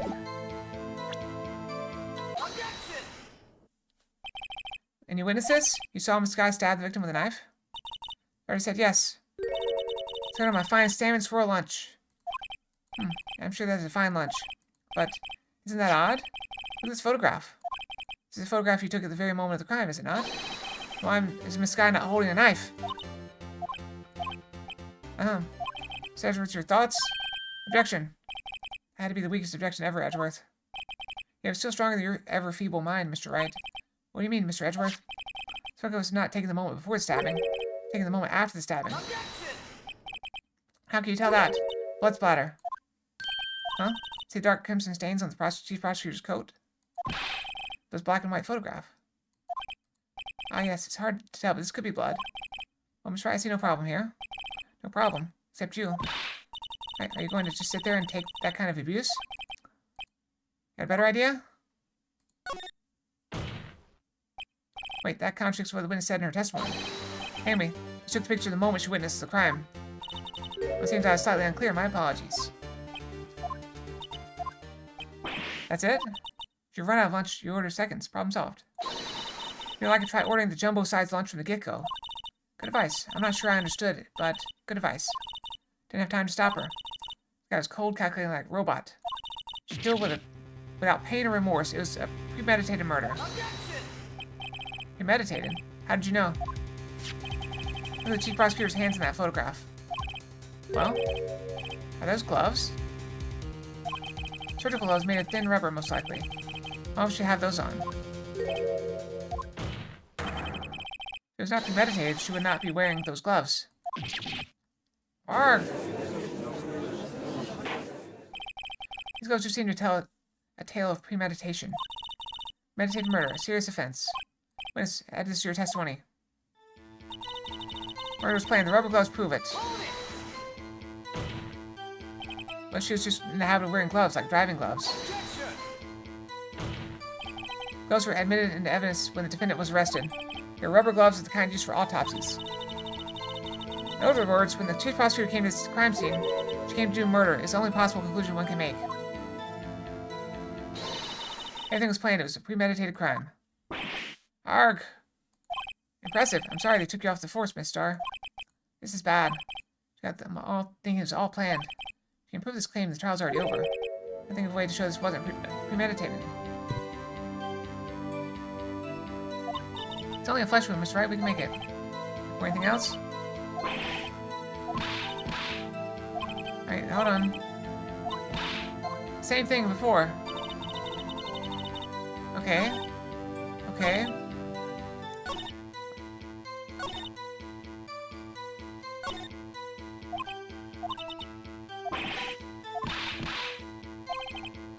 Okay, let's look at the court record. What do we have? We don't have the rubber gloves.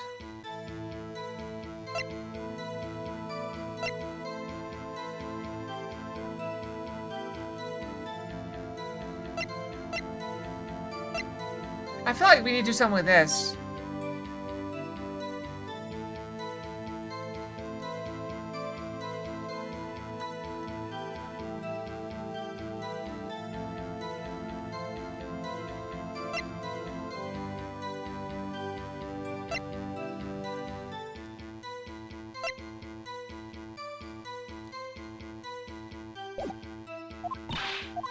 Okay, okay.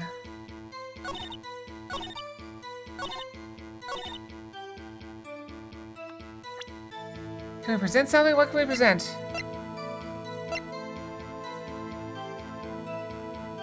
Six or 7S, 12-2.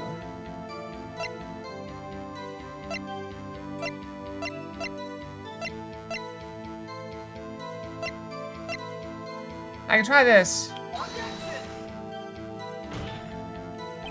Your Honor, this evidence does... Crap. I messed up.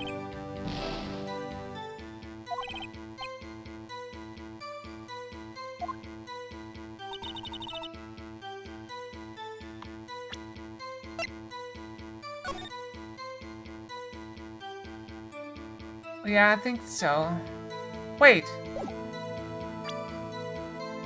There's no fence in the picture. Oh yeah, there is. There's the fence.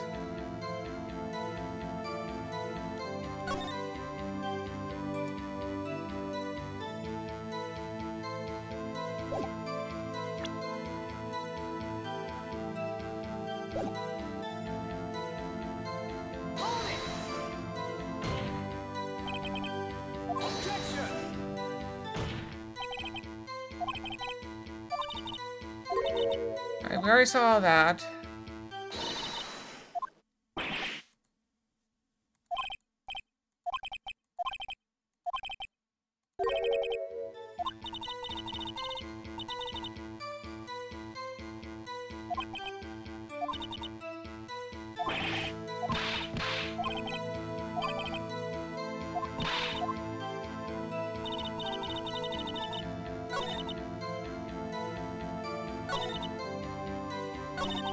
Wait, how is she pre-planning when Edgeworth is going to show up?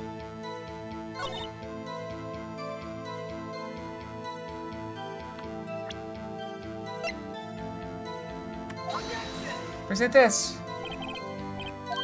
I'm not sure I follow. It clearly are contradicts it. No, it doesn't work.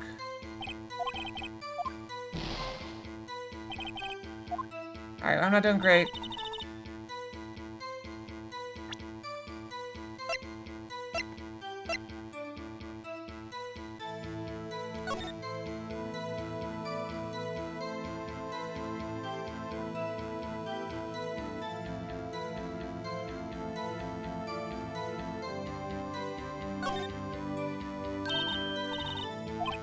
We already saw this.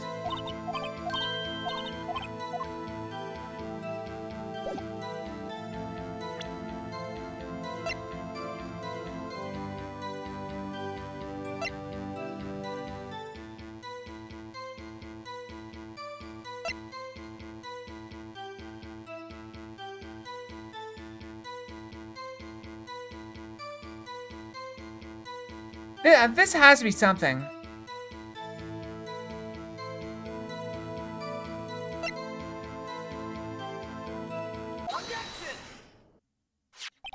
Witness, do you know what this is? Are you trying to test me? I sell box lunch for a living, you know. That's a knife. The knife. The knife that was in Mr. Edgeworth's trunk. Indeed, it is my knife. In this case, the bloody murder weapon is the chief prosecutor for the district, right? Mom, are prosecutors bad people? Hence as a request. Ask the witness to provide an accurate testimony. What's that, rookie? In your testimony, you stated that Landis Guy planned this murder. That's why she was wearing those special gloves. Like a natural conclusion to me. The gloves do indicate planning. However, why would she not also prepare the most important thing? The murder weapon. Oh. This knife just happened to be in the trunk of that car.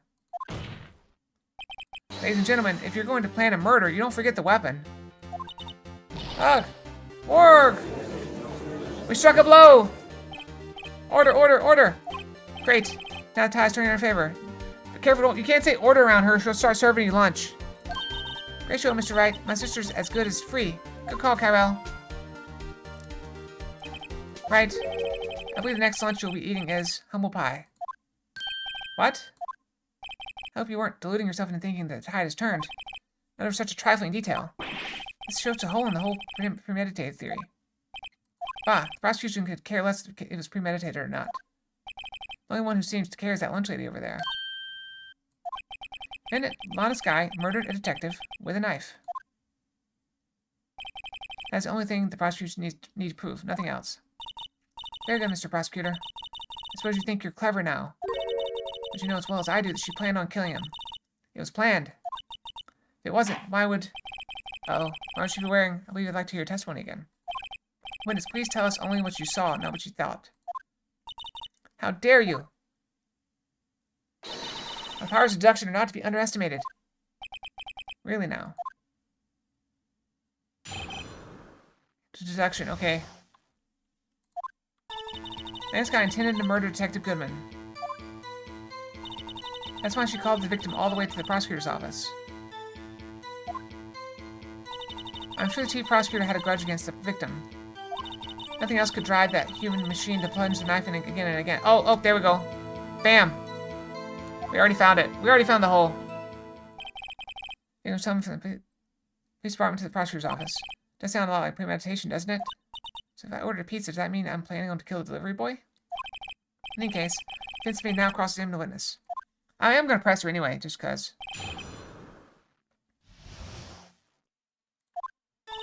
This guy intended to murder Detective Goodman. You said that, but you haven't told us how you know. So I'm about to tell you, rookie. What she just said was a mere prelude to the story she's about to tell. I'd interrupt her again. Rookie. Never interrupt a storyteller. It's like pulling a bun out of the oven half-baked. It was half-baked to hear, alright, and it's you. How to confuse the defense witness. They're not very quick on their feet. Now why don't you believe the suspect had intentions to murder the victim? Might just speak for themselves.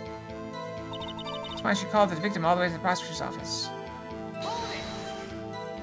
You have no proof that Miss Guy called him there. You have no proof that she didn't. Miss Edwards' thoughts? There's no record of a call made on the defendant, Miss Lana Sky's phone.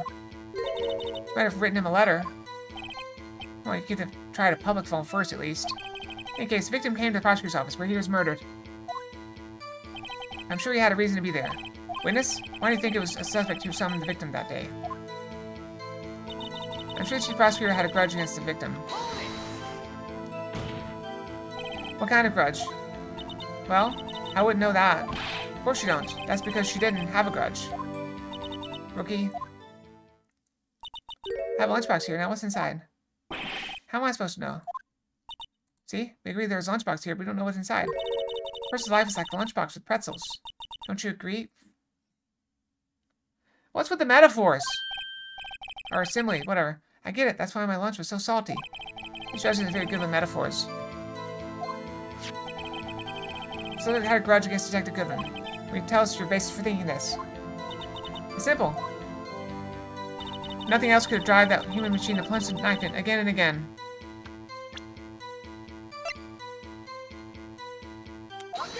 Objection!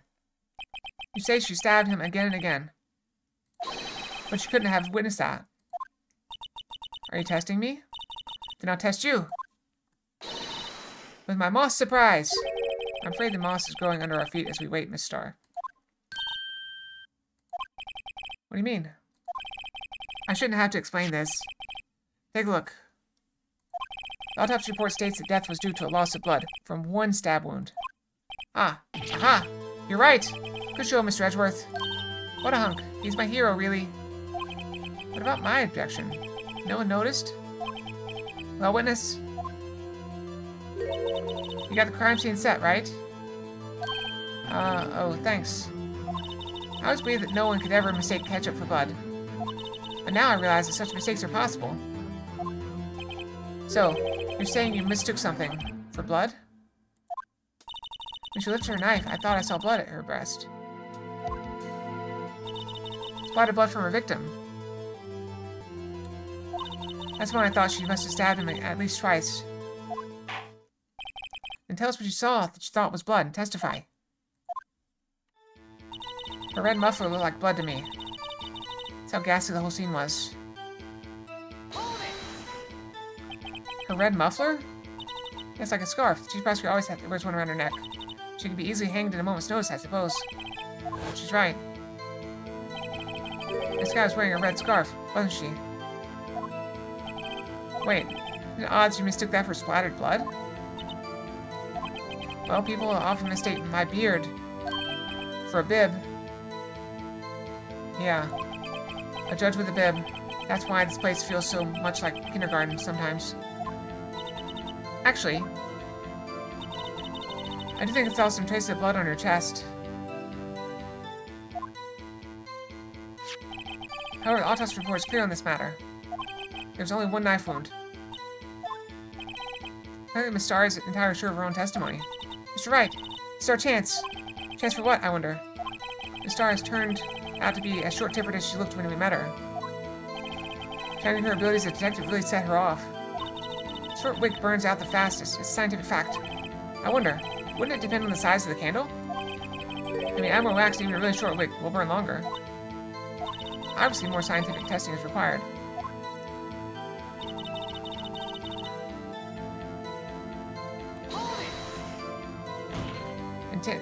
You said that Jim told us how you know. Oh. Oh. Okay, we already did this part.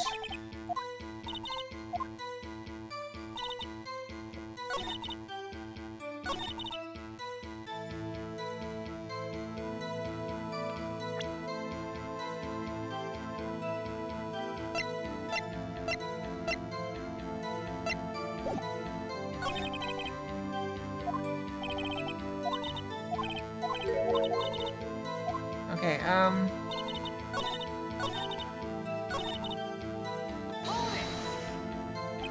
red muffler?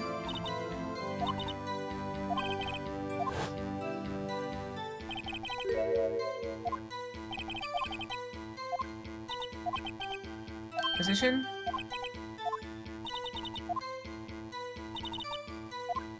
Ah, there we go.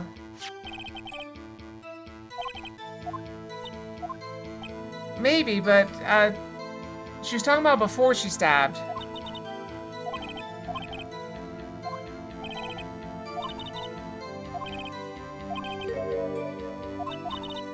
Okay, let me look at the murder photo.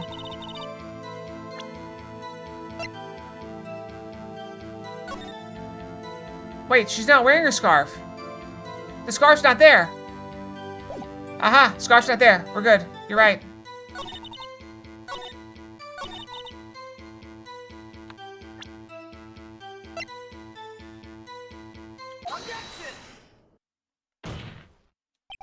Miss Starr, I demand an explanation. Witness is clearly not suited for detective work.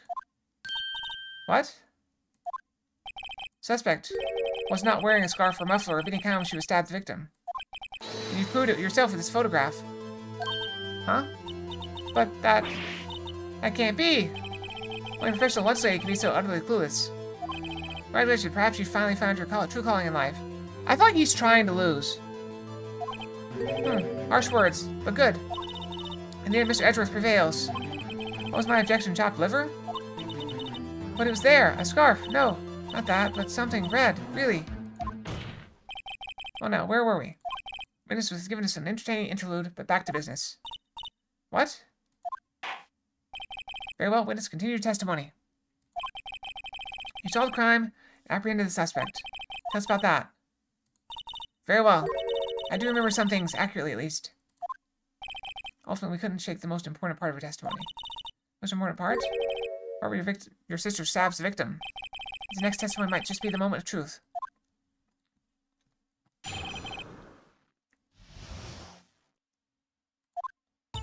After the murder, the suspect attempted to run behind the partition off to her side. We could call her, explain her rights to her, and arrest her on the spot. I guess when I arrested her, she mentioned the muffler. That's what had me confused in my early testimony. She's prosecuted and made to escape, but against Angel Star, resistance is futile. Quite determined about the scarf, aren't you? I strike like a snake and bite like a cobra. That's me, Angel Star. That was a very good metaphor. First of all, a cobra is a kind of snake. Don't bother me with details, unless you want to get bitten. No thanks. Note yourself. Mr. Wright is weak against poisonous snake bites. That'd be venomous. Chief Prosecutor tried to resist, but efforts were in vain. She knocked my hands aside, kicked over an oil drum. An oil drum? Hard to imagine. She's beautiful, deadly, a predator at this one. A leopard woman. Rawr. Go, Miss Wright, your cross-examination if you will. Yeah, I think the phone call is going to be the thing. At the murder, the suspect attempted to run behind a partition off to her side. Let's press, though. We can press. So where's this partition on the floor plans? Which means this wall next to the car. That's right. But the old drums are on the other side. They're about 6 feet high. She's obviously trying to hide herself. Very natural thing for a criminal to do. What'd you do then? I quickly call her, explain her rights to her, and arrest her on the spot. Say quickly. Were you close to the suspect?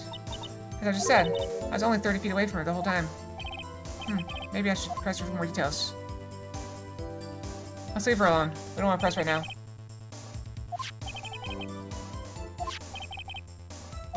Things always look at the picture later. So when I arrest her, she mentioned the muffler. That's not a thing to say when you get arrested. She mentioned the muffler. What did actually just say? I remember exactly. I would have told you my testimony. Cheeky. Anyway, all I heard her say was the word muffler. Just that one word? So, what have you heard? The suspect talking to you about someone else. The muffler! There's something in the car! Yes, the chief prosecutor was talking to her on her phone.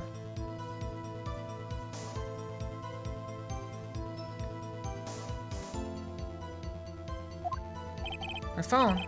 She can't mean... Ask further. By phone, do you mean the cell phone discovered at the crime scene? Ultimately, my memory... It's like a salmon headed upstream, you see. No, the court doesn't see, Miss Starr.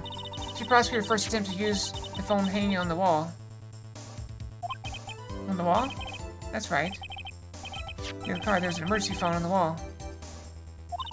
Apparently it was out of order. So you use your cell phone? Indeed. Emergency phone was out of order that day. Good witnessing, witness. Good witnessing. Whatever happened to good testifying?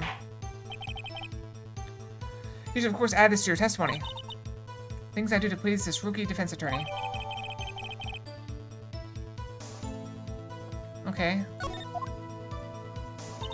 I saw how she tried the phone on the wall, but I had to use her cell phone instead. How'd you see that from behind the partition? Retake your testimony for the court? Aha. I'm going to ask the same thing. It says 1 time, so listen closely, rookies.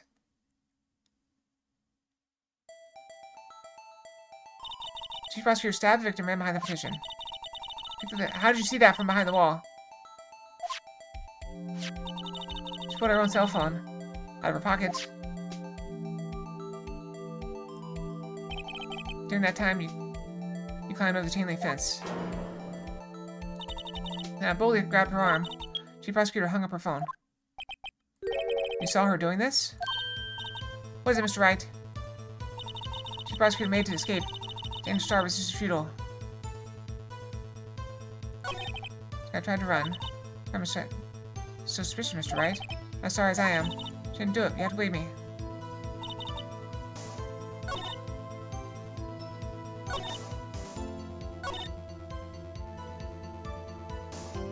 Present the picture. Objection! Witness statement is clearly faulty, Your Honor. Sorry, I can see nothing faulty. What? What? But the partition! How'd you see it? I saw it all.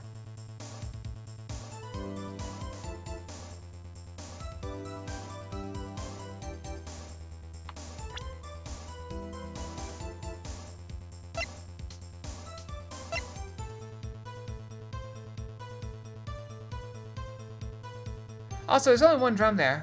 Weren't there 2 there when we went?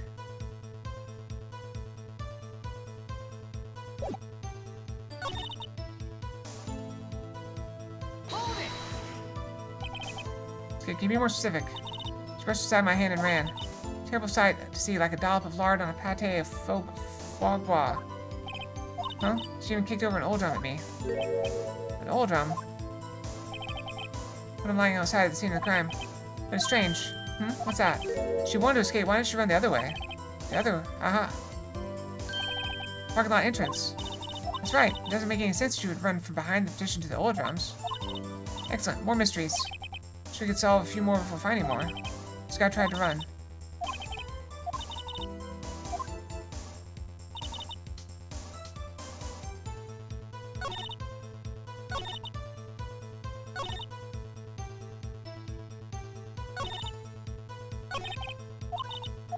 I'm so confused.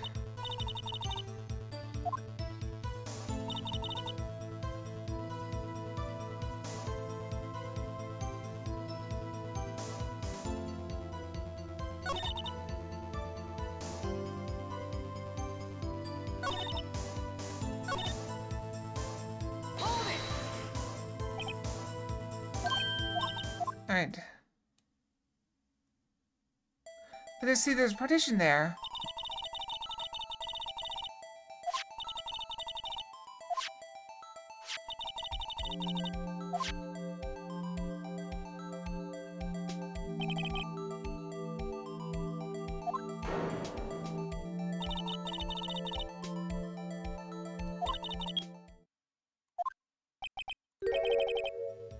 So we're doing this.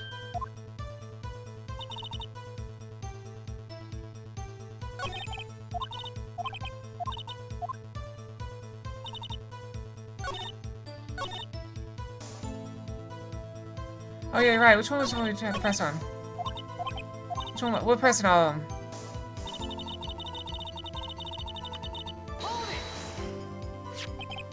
Personal full planes. It's wall next to the car.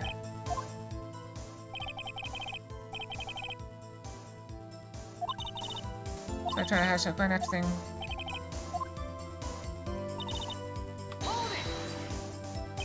Think quickly, we're close to suspect. 5 feet. Presser. Sits on the full plane, just to be safe. His car was... Victor, this is part in B block.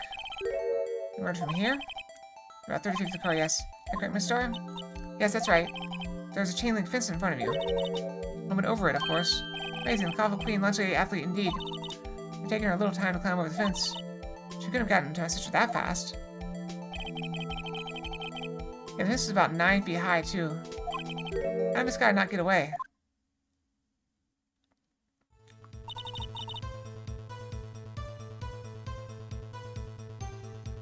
We didn't get anything from that.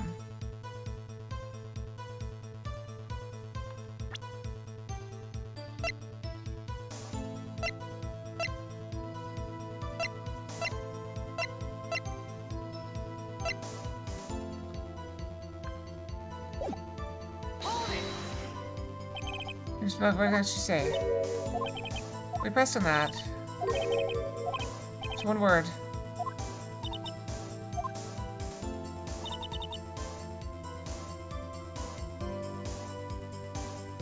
I thought we had to press here. Like when we pressed here, there's something big.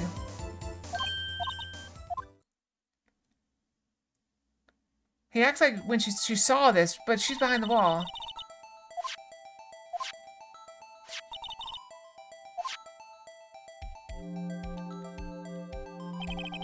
Every time you climb over the chain link fence, I boldly grabbed her arm, especially hung up her phone. You saw her doing this. Alright, hold on. It was found over on the other side.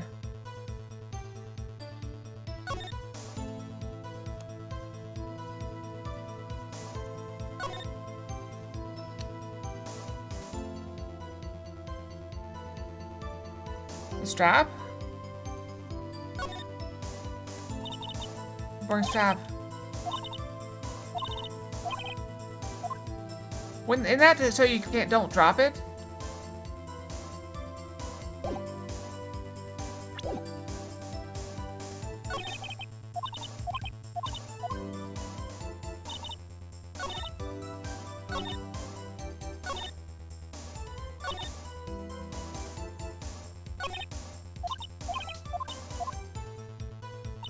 Alright, one thing, I need to brush my tail before I can't find it.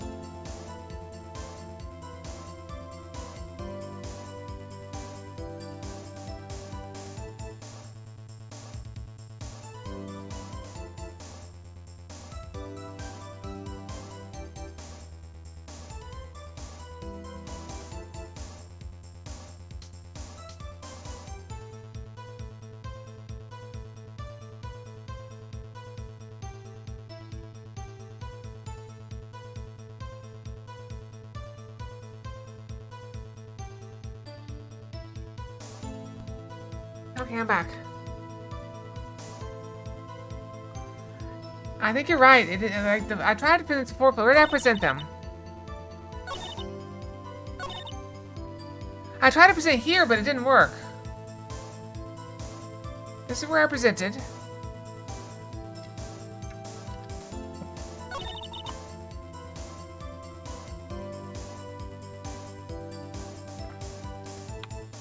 Maybe here. Present! It was clearly faulty. Nope, no good. We're gonna fail this, I think. We only got one more shot.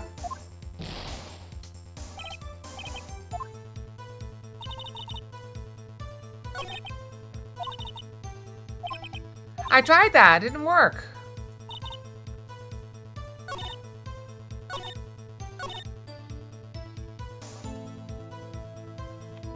I'll try it again.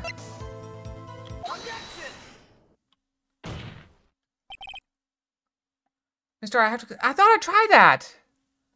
Mister, I have to conclude that you have a personal grudge against Miss Lana Sky. This is a former detective. Testimony is unmarred by personal bias. Well, who would have thought you'd be my knight in shining armor, prosecutor? You who, together with the chief prosecutor, kicked me out 2 years ago. Oh, Miss Starr? It's a fatal contradiction with your testimony.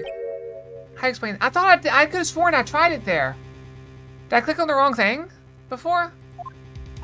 I don't know what you're talking about. That's to me, and I'll make you cough it all up. Maybe. Yeah, you're probably right. I don't know. Let's look at the floor plans. You said you witnessed this crime from this point.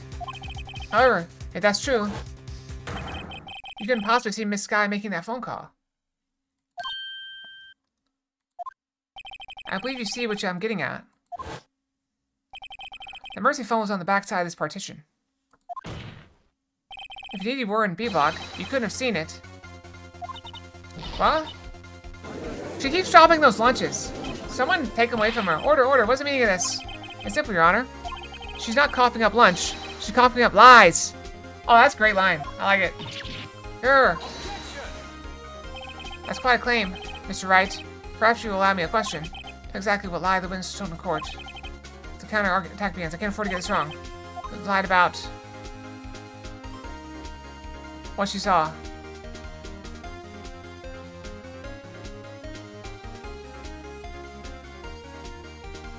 Where she saw it. The order of events. Okay, okay. We don't lose points. Do we lose points here? I think where? Where she saw it. I tried to use the emergency phone, but it was out of order. What's the difference about this fact? Nothing. Therefore, it would be pointless for Miss Starr to lie about it. Pointless to lie, I see. But say the witness did actually see Miss Sky using the emergency phone. It would mean Miss Starr witnessed the crime from a different location. Different location? That's a pointless lie if I ever heard one. Before you call my lie pointless, at least let me tell it. Let me ask you a question to our clever wordsmith, Mr. Wright. Just where was the witness when she saw the crime? That's what we've heard until now points in one direction. That's where this crime was. Here! Security room. Bam. Present. This is the only place where she could have been. Security guard room. Indeed, the security room in the underground parking lot is well positioned. It's built on the second floor so you can see the entire lot. She would have been able to see the emergency phone from there. Well, why there? There are many other places where she could have seen the phone. Not in this case, Your Honor. Witness, not being part of the prosecutor's office, couldn't park in A block. The only place where she could have seen this crime in the back of the partition is here. I remember in your testimony you said you brought a lunch to your boyfriend in the security guard room, yes? Well, Miss Starr? How many years have I been getting the better of men? Think that the tables could be turned. Today a man has got the better of Angel Starr. Order, order. Witness. And she's in that side that she didn't see the murder. What have you done? You used to be a detective. You should know better. I'm not turning back. The guilty will be punished. And I'll do what I must to make sure justice prevails. The guilty? Is she talking about Miss Sky? Mr. Wright? Doesn't this strike you as odd? Why did Miss Star lie? Doesn't make sense. Huh? She could have just said she saw the crime from the security guard station. It wouldn't change anything. Exactly. This photograph tells all. It was Vincent who stabbed the victim. The truth still stands. It still stands? I disagree, Mr. Edgeworth. What? The witness is found to be lying. They're guilty of perjury. She knows this. I'm thinking the picture wasn't taken at the same time. That was just, it was just something on the jacket. Like ketchup. She wouldn't risk that without good reason. So tell us what her reason was, Mr. Wright. Huh? Me? Who else? Mr. Wright, let's review what we know. The Star witnesses crime from the security guard station. But she lied and said she saw it from B-Lock. Must make a vital difference. What difference?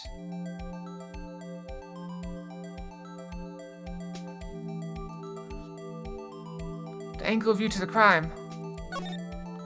The angle of view to the crime. Why the angle at which she saw the crime occur would change. The angle? What do you mean? Well, security guard station is on the second floor now. There's sort of a more 3D view of the crime. It's important. Why? I'd just like to reconsider, Mr. Wright. I'm dead. That's enough. This court sees no reason for... I failed.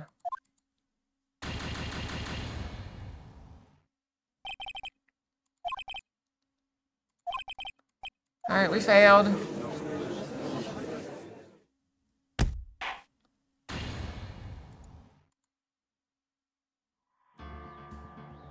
I wasn't thinking vertical angle. I was thinking, like, other angle. Alright, we should be able to get through the easy part. We should be able to breeze through this part. So let's just breeze through.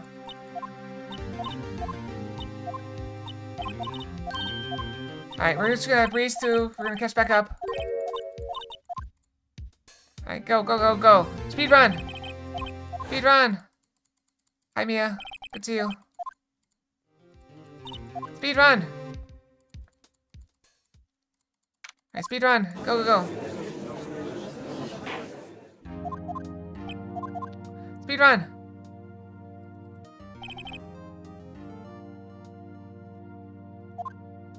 Speed run! Speed run! Speed run!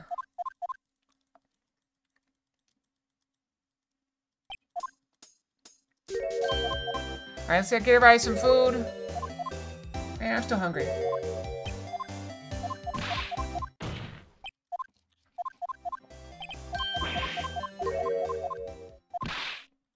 I'm gonna go get a snack. I still got pickles. They're low calorie. I think they're like 0 calories. You know, I kind of want pickles. Should I go get some pickles?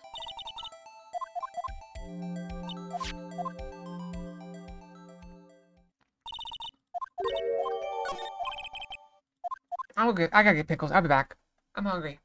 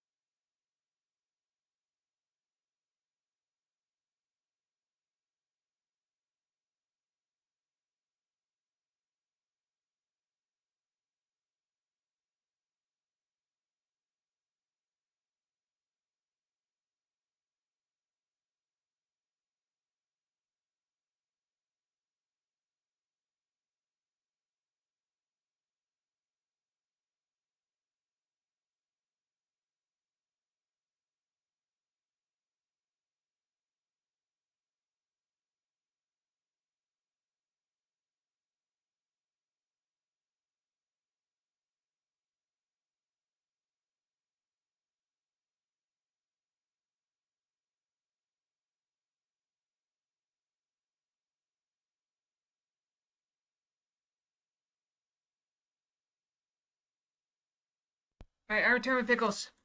Okay. I have pickles. Maybe I have to. Okay. Blah, blah, blah.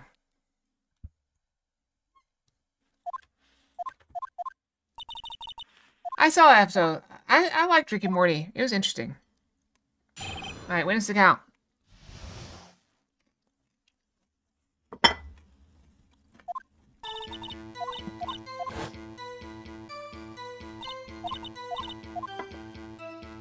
Alright, I think we press.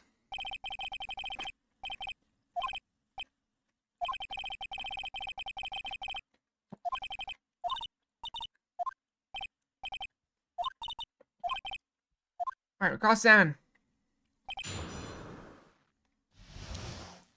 Did we go quick? Press.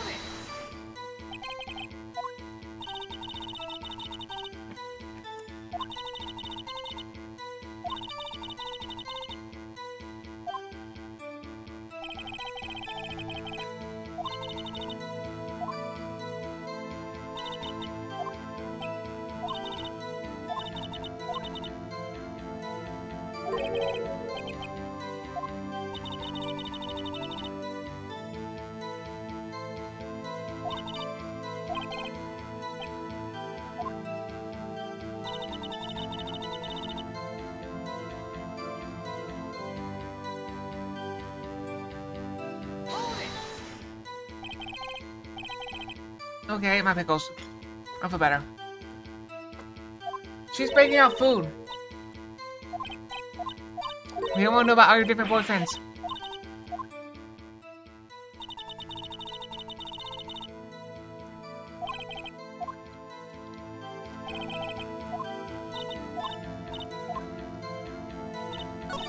Oh, oops.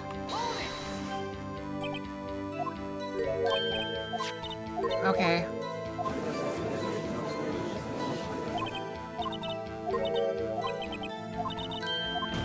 Okay. Okay, blah, blah, blah.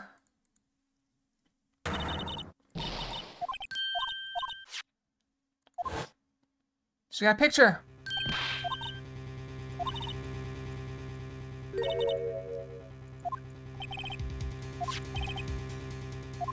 Blah, blah, blah. Yes, photograph. Oh, yep.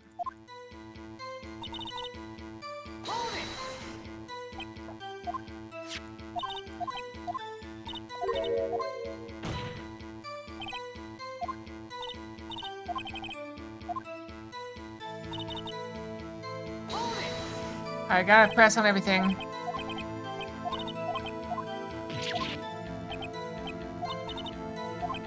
Okay.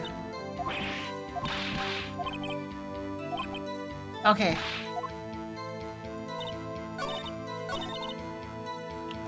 I don't think we'd pressed on this one before. I think I skipped it.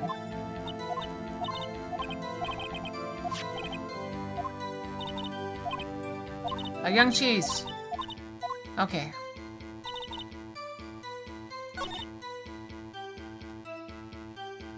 I think we present the picture.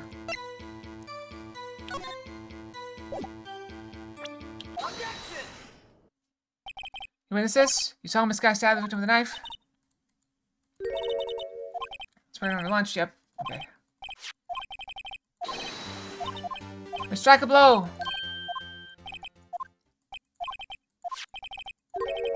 Take the moment after the stabbing. How can you tell that? What's better? Black and white photograph.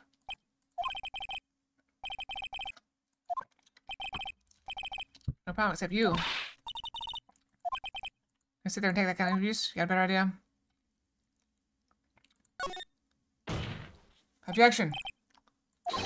And we should get the moment of this crime. Something clear. That's it? Right. Like a cold calculated robot. Premeditated. Surgical gloves, yep. There's the gloves.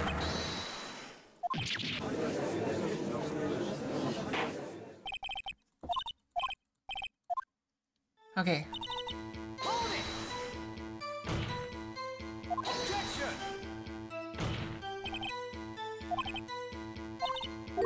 Alright, there we go.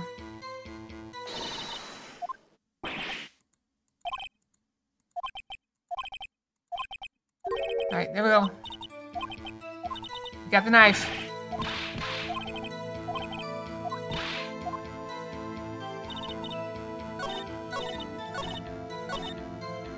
Alright, present.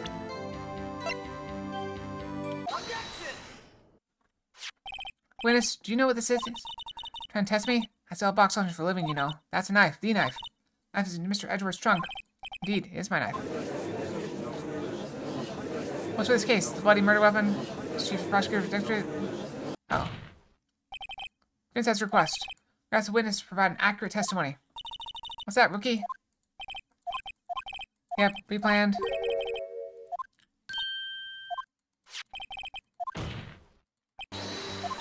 Okay, come on, we're getting there. We gotta speedrun this.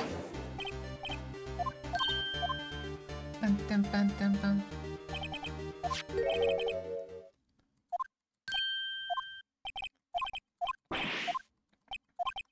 Yeah, we don't care if it's premeditated.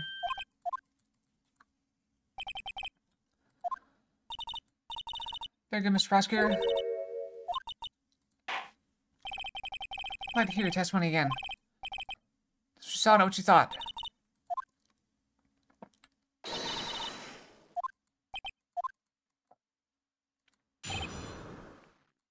Alright, the deduction.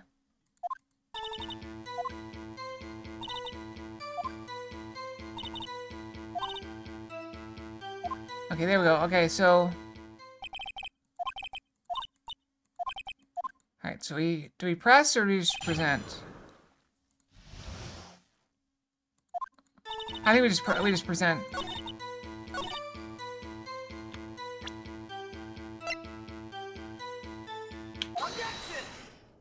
We present.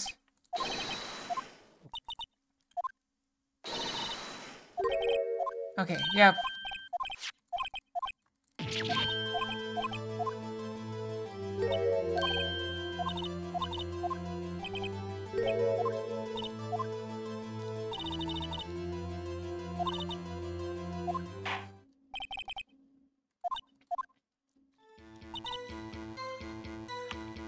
Present, no, it's present.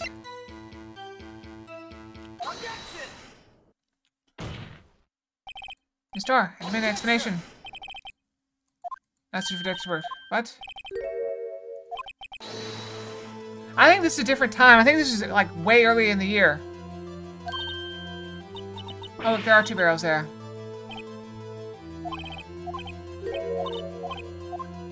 Alright.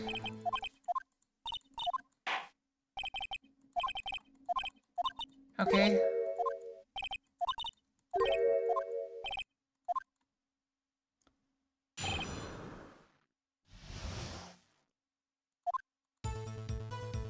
Okay, okay, we're getting here.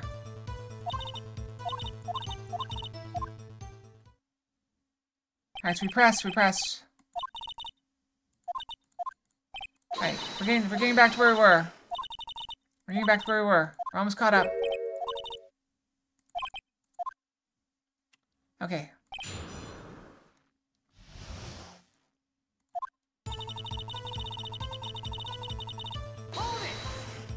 Okay, there's partition.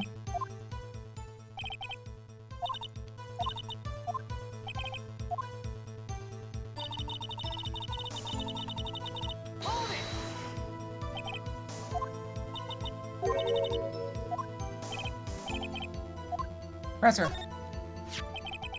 Let's get some to the floor and just be safe.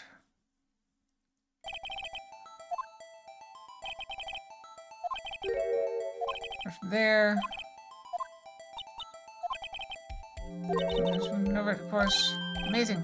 Coffee Queen Luxury Athlete indeed. Okay, we catch up. 9 feet high. That would take a while to climb over.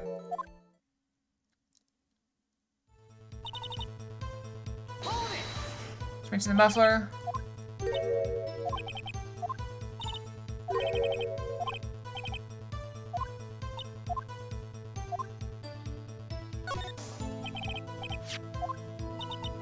Ultimately.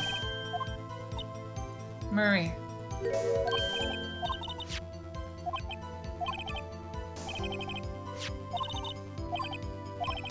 Alright, there we go.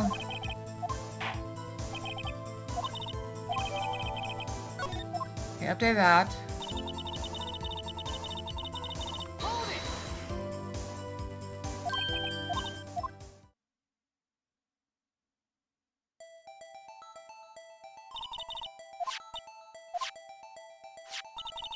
No cell phone. You climb a chain link fence. Bullet grab your arm. Just press your hung up her phone. You saw her doing this?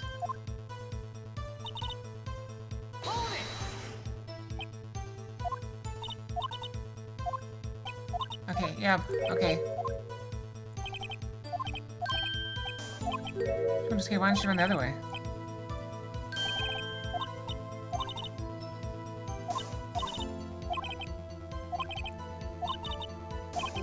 Okay, here we go. So we press on everything.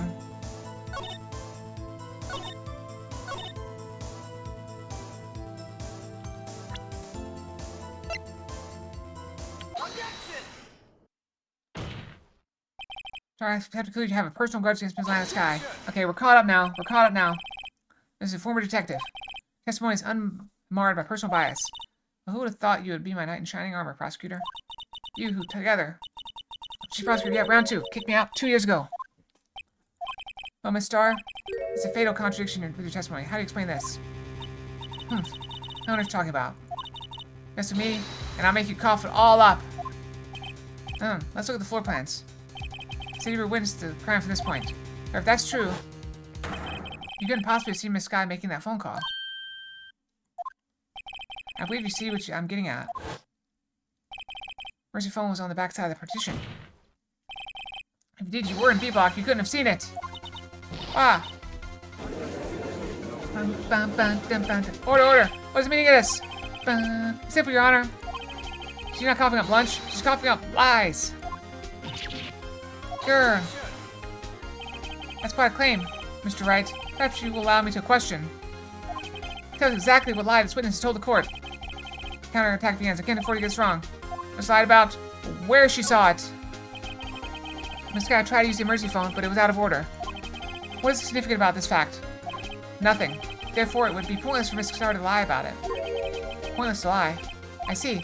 Say the witness did actually see Miss Sky using the emergency phone. You mean Miss Star witnessed the crime from a different location? Different location? That's a pointless lie if I ever heard one. Objection! Before you call my lie pointless, at least we'll tell it. Ask a question, our clever wordsmith, Mr. Wright. So where was the witness when she saw the crime? All testimony we've heard down now points in one direction. The place from where Miss Star witnessed this crime was here. Over there. Take that! This is the only place where she could have been. Security guard room. The deed security room in the underground parking lot is well positioned. It's on the second floor so you can see the entire lot. She had been able to see the emergency phone from there. But why there? There are many other places where she could have seen the phone. Not in this case, Your Honor. This would not be part of the prosecutor's office. Couldn't park in A block. One place where you could have seen the crime in the back of the partition is here. Remember in your testimony you said you brought a lunch to your boyfriend in the security guard room, yes? Well, Miss Starr? How many years have I been getting the better of men? To think the tables could be turned! Today a man's gotten the better of Angel Starr. Order! Order! Witness! What have you done? You used to be a detective. You should know better. I'm not turning back. The guilty will be punished, and I'll do what it must to make sure justice prevails. The guilty. Is she talking about Miss Sky? Mr. Wright? Doesn't this strike you as odd? Why did Miss Starr lie? It doesn't make any sense. Huh? She could have just said she saw the crime from the security guard station.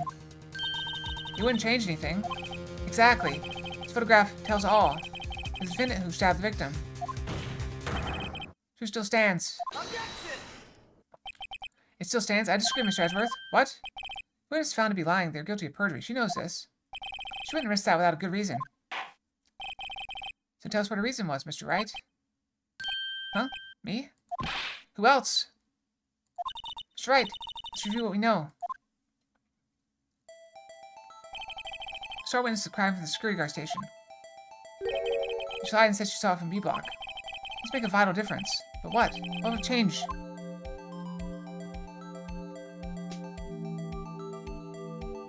The distance to the crime, maybe?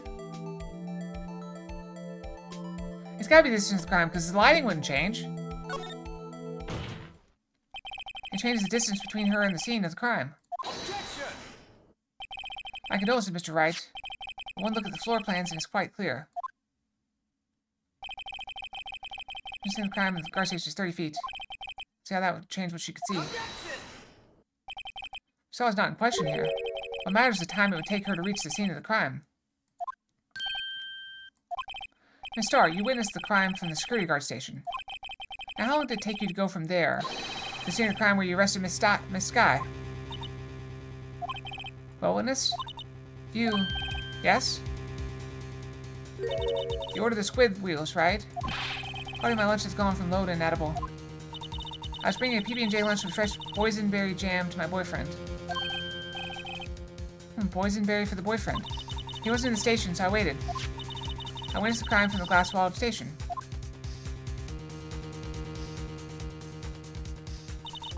Before I knew what I was doing, I found myself running towards the scene. But the door was locked. I couldn't open it.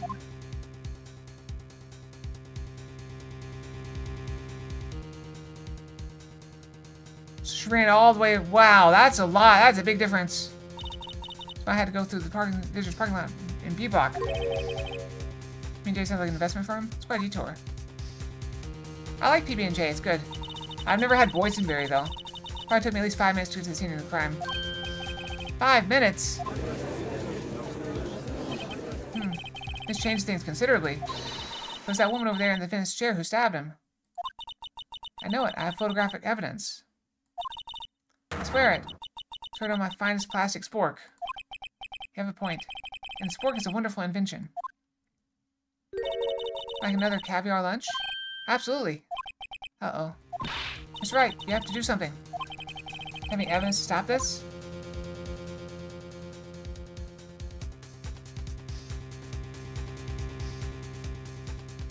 I gotta raise an objection.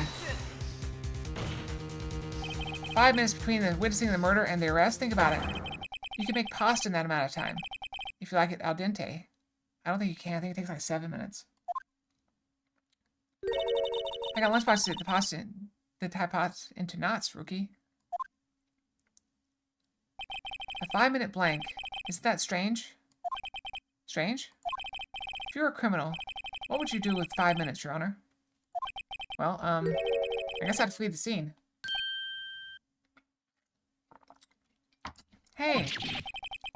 I think the wrong idea. I didn't kill anyone. But you have the instincts of a killer. You would run. But this time was different. Miss Guy dawdled at the scene of the crime. She even had her picture taken. No true criminal would act this way. It's inconceivable. Yarg! Well then, it seems we've come to the end of this testimony. Witnesses a grudge against the defendant, and a blank in her testimony. Mr. Edgeworth, is the next witness ready to go? Unfortunately, I appear to have overestimated this witness on account of her professional history. We did it! We screwed that can shut, Mr. Wright. That was too close. I'm afraid that the cough-up queen has been dethroned. And with that, court is adjourned. Hold it! Mr. Edgeworth, you ordered the squid wheels, right? That's when you tried to foist off on me. I prefer to not take the defensive team's leftovers. Anything else to say? I might be able to save you. I have decisive evidence. What was that? Is this another one of her trick lunchboxes? My apologies, but we have no further questions to ask of you, Miss Starr. Ah. Mr. Jumbo Lunchbox? Woohoo, a triple-decker! Out of deference to the witness determination, I'll allow one more testimony. Let's hear about this decisive evidence. Like the Lunchland motto says, you won't be disappointed. What's she going to pull out of her lunchbox this time? Decisive evidence. Okay, let's hear it. I should have mentioned those 5 minutes when I wasn't looking at the crime scene. I have no idea, like, I don't know anybody on Shark Tank. And now, it's the matter of the victim's shoe. Did I not bring this up? Two types of blood were found on the shoe. One was, of course, the victim's. The other blood type matched that of the defendant, Miss Lana Sky. She proves it. It's flawless, decisive evidence. What? There was blood found on that shoe? Try lunch for all your lunch decisive evidence needs. Witness, what's the meaning of this? Why is this the first time I've heard of this evidence? Simple, as I've already said. I don't trust you with evidence, Mr. Edgeworth. That's why I took the liberty of investigating this myself. And you had blood tests performed?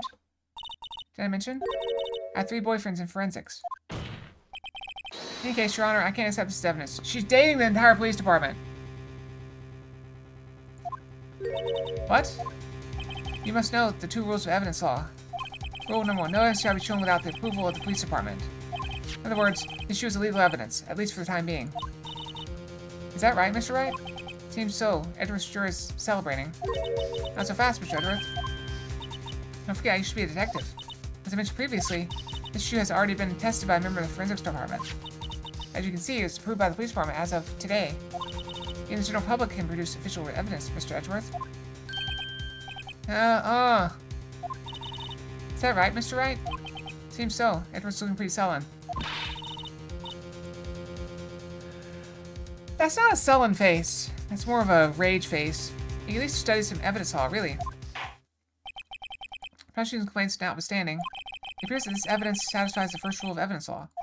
However, it seems you have yet another count against you, witness. Anything to ensure that the guilty are properly judged.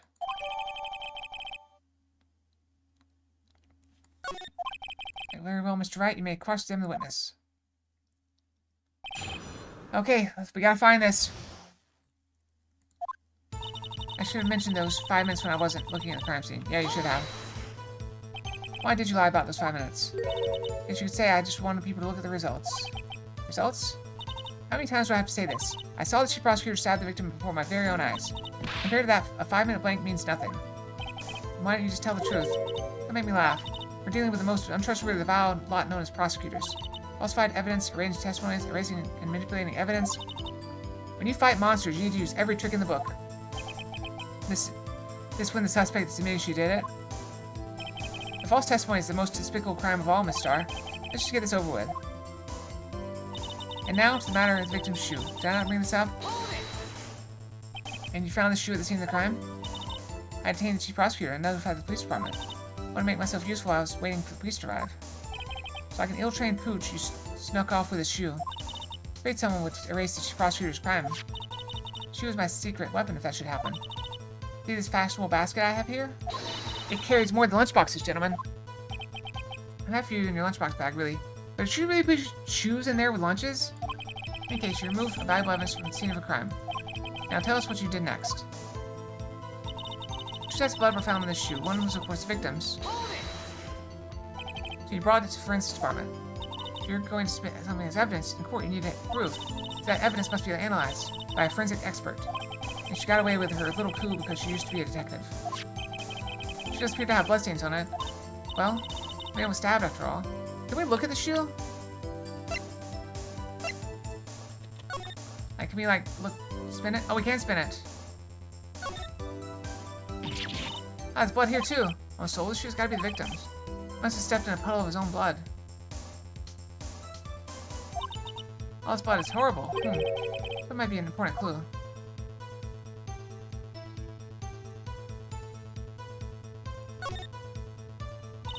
This blood. It's my sister's, right? Here's so. I think his right hand was bandaged when I saw her in jail. Must have cut herself at the time of the crime. What's this?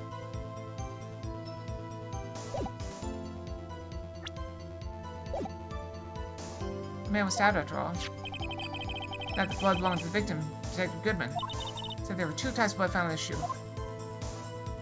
And the other blood type matched that of the defendant, Miss Lana Sky. Can't say for sure that the blood belonged to the defendant without a blood test. You claim to know something about blood tests, rookie? Huh? Speak up. Well, blood comes in 4 types, A, B, O, and AB. However, you can't tell from a blood test whether a murder was committed in cold blood. That's just figure of speech, Mr. Wright. Actually, we can differentiate between millions of types with all the blood tests out there. It means that we can more than or less narrow down any sample of blood down to just one person. What do I hear? That's pretty specific. If I had a little more time, I would have gotten DNA test results. They said there's very little doubt it could be anyone's but Miss Landisky's. Blood was found on the victim's shoe. Ties directly to Detective Goodman. He was going to say that. I think it's his shoe. I think that's his shoe. The shoe proves it. It's flawless, decisive evidence. That's evidence to go through that fight. Or the peppered fish guts, right? Something like a hot, Mr. Wright. Something like your client, she's in enough hot water to make a whole vat of soup. Don't you have a problem with this shoe? Problem? No, is there a problem? There's a problem. Imagining things. There's one critical problem with this evidence, a clear contradiction. That gleam in your eyes. You're still young, rookie. Give you a peppered fish gut right now, but you couldn't take the heat, could you? Hear what Mr. Wright has to say. It's contradicted by the victim's shoe. There's a problem with the evidence. I think we present this.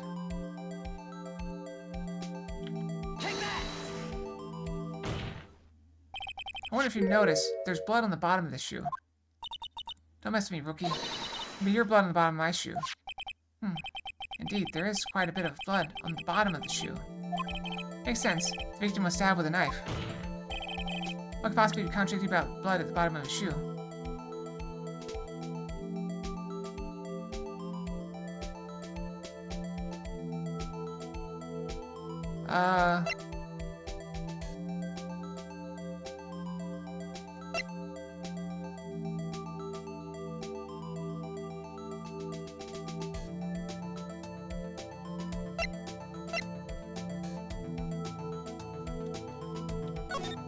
And we got this. There's no blood on the ground.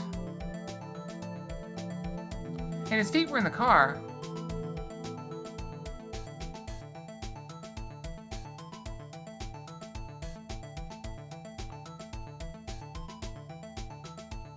Well, she's wearing black shoes right here, see?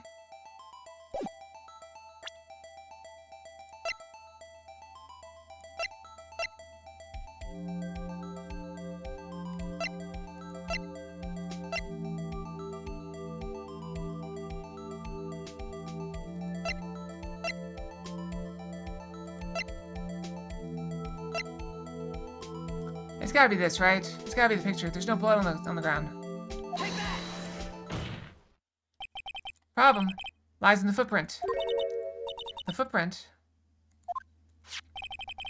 at the bottom of the victim's shoe is covered in blood. Then, isn't it strange? Why weren't any bloody footprints found by the scene of the crime? Aha! As you can see, there were no traces of any such footprints at the scene of the crime. That contradicts your claim about the shoe. The picture only shows part of the floor, so it could have been bloody footprints. We're objecting back and forth a lot. Then where were they? Then where are they, Mr. Edgeworth? Because they checked the scene and found nothing of the sort. Order, order, order! Well, witness. What, huh? I go on, Mr. Wright. But it's true that the lack of footprint is a contradiction. Then we have to ask why there was no footprint. Oh, that's true. There has to be a reason why there wasn't a footprint. I think. No, it's not there. It's good finding contradictions. What?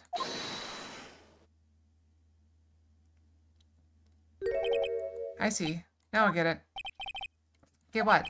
Our witness is more devious than I gave her credit for. We were hoodwinked to the very end. When she slipped, there's one vital hint to the truth in her testimony. What are you talking about? Get back to when she told us about apprehending the suspect. She probably tried to resist, but her efforts were in vain. She knocked my hands aside and kicked over an oil drum. She's beautiful but deadly. A predator, this one. A leopard woman. Rawr. Thought it was a strange thing for a normally cool-headed chief to do. No kidding. Now, witness, allow me to ask a very simple question. Soul drum, was it empty? Oh, that, I'm not sure I like your attitude, Mr. Edgeworth. Apparently, you're not the slowest conveyor belt in the lunchbox factory. Witness, well, was the old drum empty? The old drum kicked over by the chief prosecutor was brimming with water. Water? What does that mean? Okay, I'll also point out, An old drum filled with water weighs about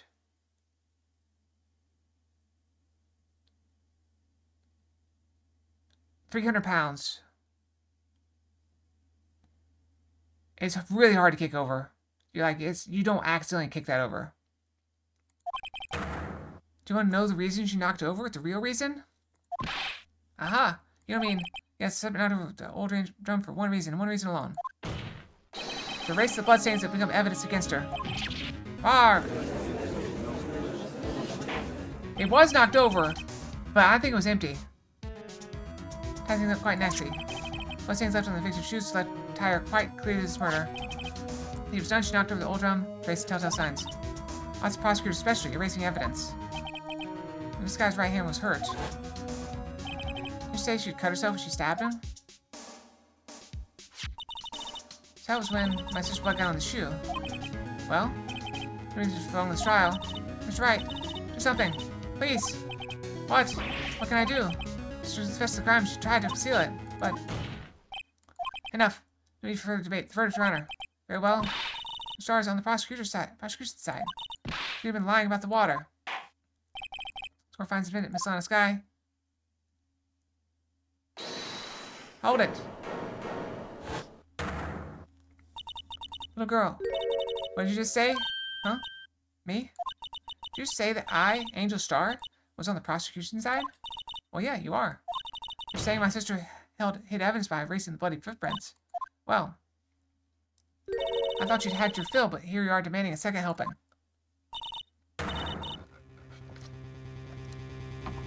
Another lunchbox. A lunchbox called evidence. Wait, witness, don't tell me you have something else. Time for deliberations is passed. Further comments and you will be held in contempt of court. Your threats don't scare the cough up, Queen. Look at this. Photograph. I had it just in case anyone had the gall to suggest that the white shoe didn't belong to the victim. I see no room for error in this evidence. Right, wait. Look at the asphalt in the photo. Hey, it's clearly wet. There's the last trace of doubt from the corpse mine. Either after the murder, the crime scene was washed with water. Sorry, Mr. Wright. So couldn't help after all. Not your fault. We couldn't win this case from the beginning. It seems this is what your sister wanted anyway.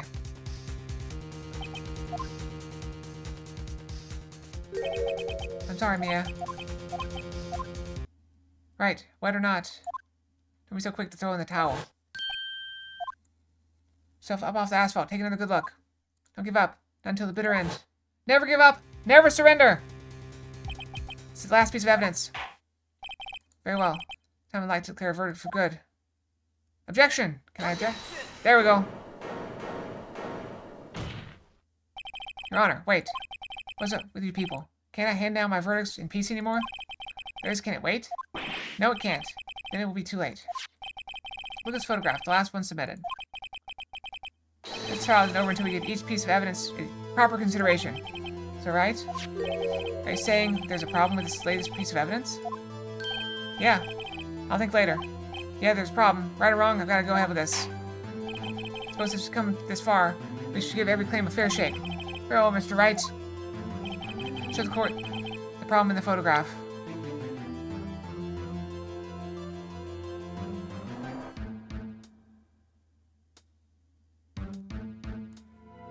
That's pretty interesting.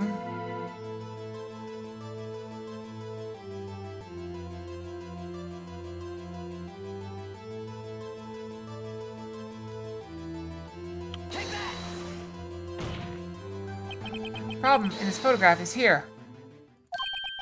What's this? There's something poking out of the car's muffler. Just a moment, Mr. Edgeworth. Your Honor? You said muffler. That's also not a muffler, that's a tailpipe. Have I seen a trace of a muffler or scarf of any kind in this photograph?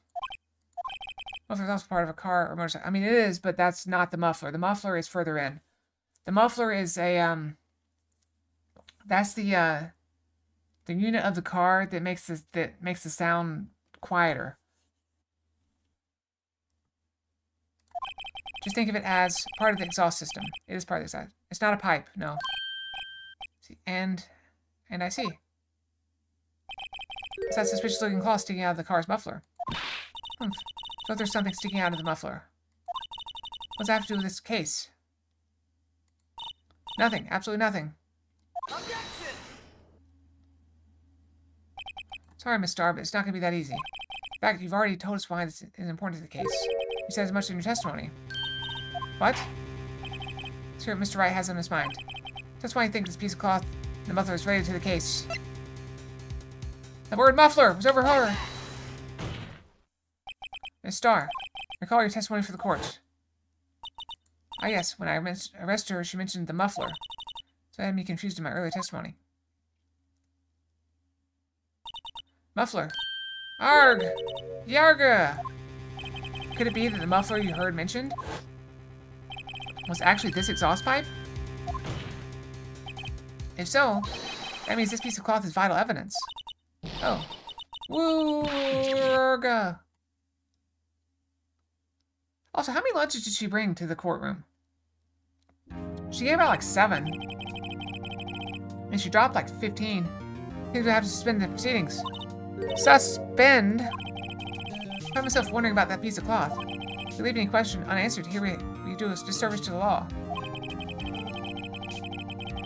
Have the car at the crime scene inspected at once and bring me that cloth.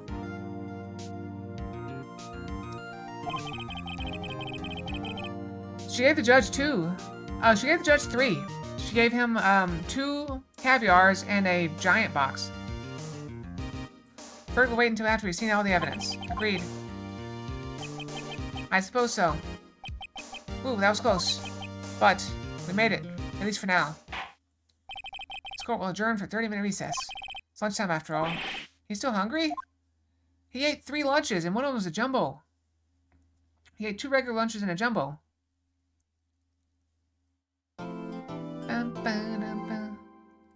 Definitely safe.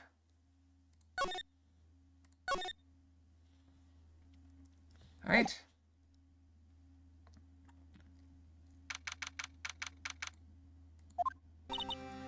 Mr. Wright? Huh? What? Are trials always like this with you? Yeah. Like you're swimming up from the bottom of a lake, about to reach the surface? But no matter how hard you paddle, you never seem to get there? Hi, Rowan!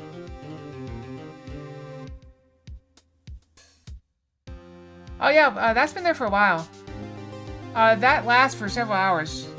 So it's kind of a waste to use it right now. But you're welcome to if you want to. Maybe we can have it carry over to tomorrow. Pretty much. Except today we're swimming in quicksand. That's what happened to your sister anyway. Apparently she got called off to the judge's chambers. Probably something to do with that piece of cloth. So this is where we turn this trial around, right? Our only weapon, a tiny, insignificant piece of cloth. I'm going to start to feel tiny and insignificant, to tell the truth.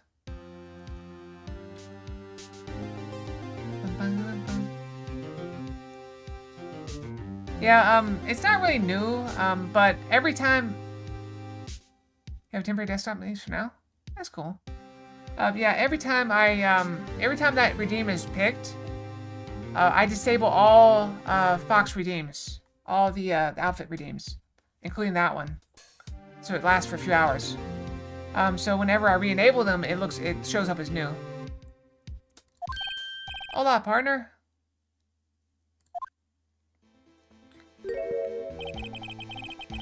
They say you show a red cloth to a bull, it'll fire up its temper. Well, I did make it 2,000 points. So, 2,000 for, like, someone can kill it in 10 seconds? That seems for... That's what they told me when I was young, at least. So he is a Japanese detective from LA who dresses and acts like a cowboy, but he also uses Italian words. Officer Marshall, thought I'd come to take a look and see how the trial's going. Looks like I'm late. They got the home ranch locked down tighter than a fort in enemy territory. That hard to slip out, huh? What's going on over there anyway? Yeah, wait, he'll do it, I'm sure. All the police I've seen these last few days have been really on edge. Don't you get enough on your plate without worrying about other people, compadre? You'd be worrying about the chief prosecutor's taste in mufflers. For example. Officer Marshall? The whole muffler thing didn't have anything to do with scarves. He wasn't even wearing a scarf. You don't say. Now don't that just beat all? I've seen the red breeze blow at her slender neck many a time. I saw it that day, too. She was wearing a red muffler. What? At the award ceremony that afternoon. Edward's seen it, too, I'd reckon. What does that mean? In the photograph taken at the crime scene, she wasn't wearing a scarf. Oh yeah, this is the Dark Shrine Fox. So Miss Star wasn't mistaken. Well, it's about time. Remember, partner, sometimes you gotta grab the bull by the horns. And sometimes you just gotta let that bull go where it will. Time will tell. Oh, I have a bad feeling about this.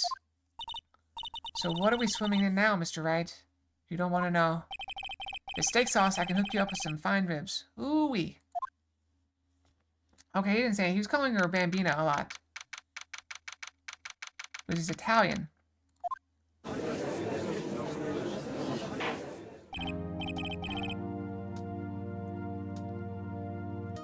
I mean, you can if you want to.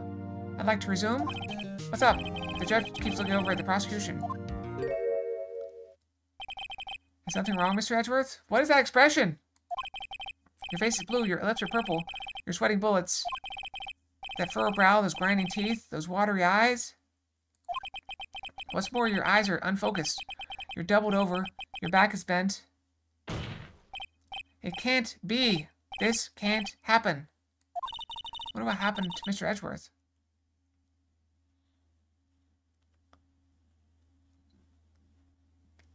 He's saying he's not Texan. He came from LA. That's not in Texas. That's in California.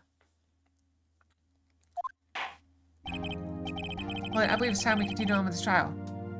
She's joking how the stream was called in chat. Maybe someone took care of the horses. He's blasphemous. Continue with the trial. Henry says I had requested that the prosecution conduct an investigation. It's unacceptable. It seems our prosecutor is quite beside himself. Excuse me, knock knock. Who's there? Who is there? What's with this guy? I don't know. A strange stuffy aura seems to be filling the courtroom.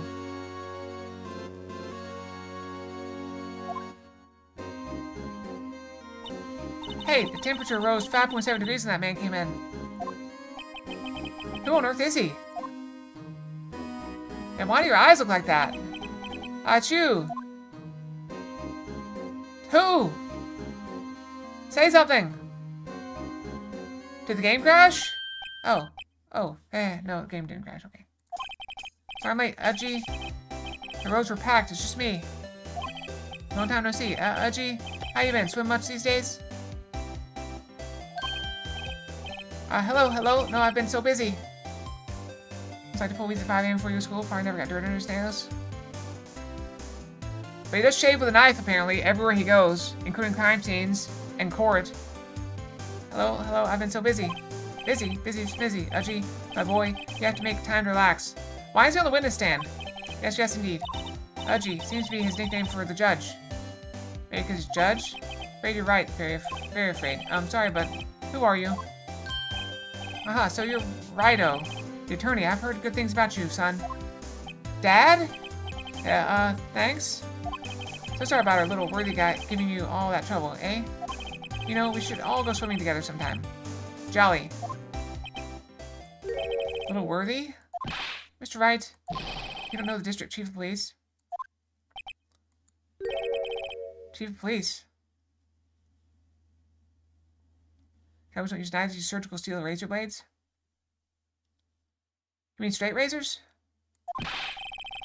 He's the top-ranking police officer in the entire district.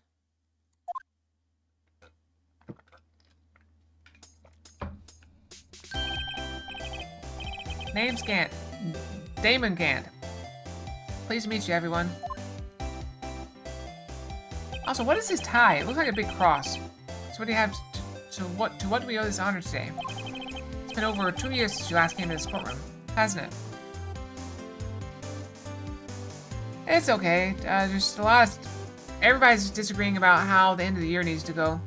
But basically, everybody's going to be on vacation for most of the rest of it. So it's very complicated. Trying to push stuff through is going to be very hard. Well, it's worthy here. Look at the poor fellow. Yep. It's kind of hard to get stuff done when there's nobody here. Nobody at work. Look, funny. I just thought I'd help out. By bringing you this. Hey, that's my sister's muffler. So Miss Star wasn't just seeing things. When the crime occurred, Miss Sky really was wearing that muffler. I think it was stuffed into that exhaust pipe. A little Worthy's car, no less.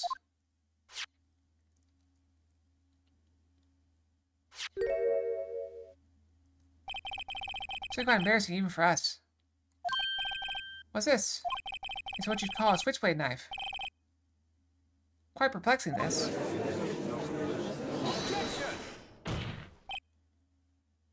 Yep, we're getting close. Chief, what kind of outfit are you running? Mr. Edgeworth? How could they miss such a vital piece of evidence? Your investigation was this lax. How do you expect us to do our job?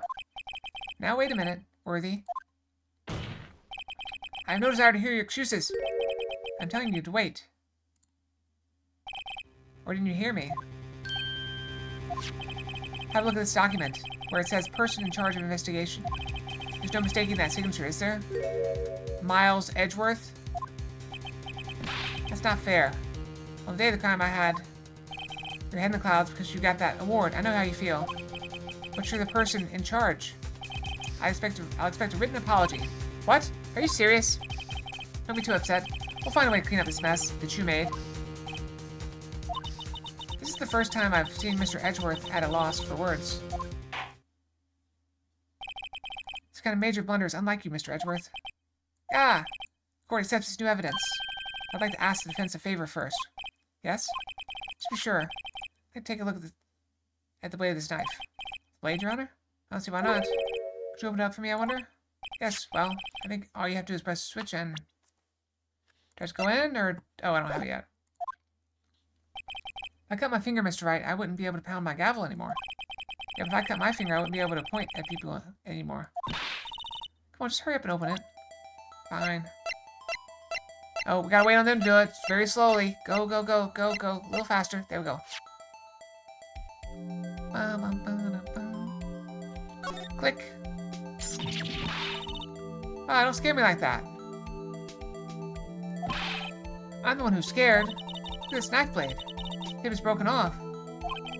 This dark red stain. Blood?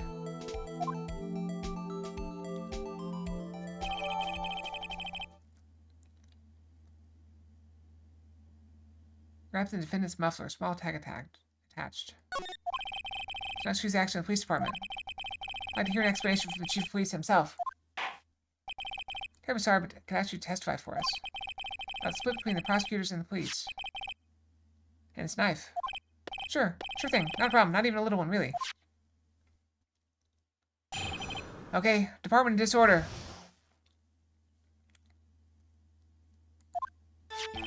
This knife is special, but I can't say how here. Unless there's evidence to prove a connection between this knife and Goodman. That's a bad day for the department. We weren't in any shape doing an investigation. Hager was killed at the police department. See? What a mess. Time of the crime? 5:15. Scary coincidence, eh? It's not officially linked to this case. I can't talk much about it. There was a murder at the police department? A detective? Such information, Udgy. Haven't exactly announced it yet. Wait a second, you said 5:15. That's the exact time Detective Goodman was killed. At the prosecutor's office. I did not! You can't prove that. What do you think's gonna happen? Trying to prove things. That's how you get stabbed.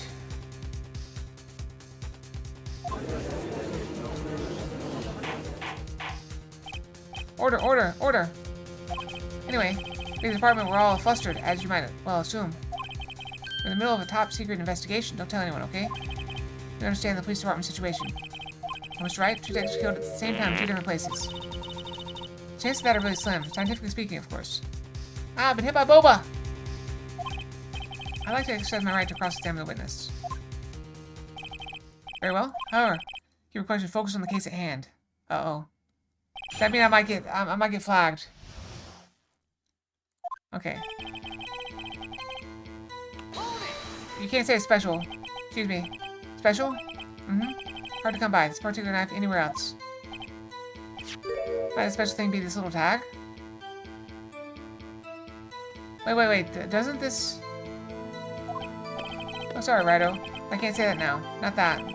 That was the knife in Goodman's chest. What was his knife? Hold on. Let me look at the evidence.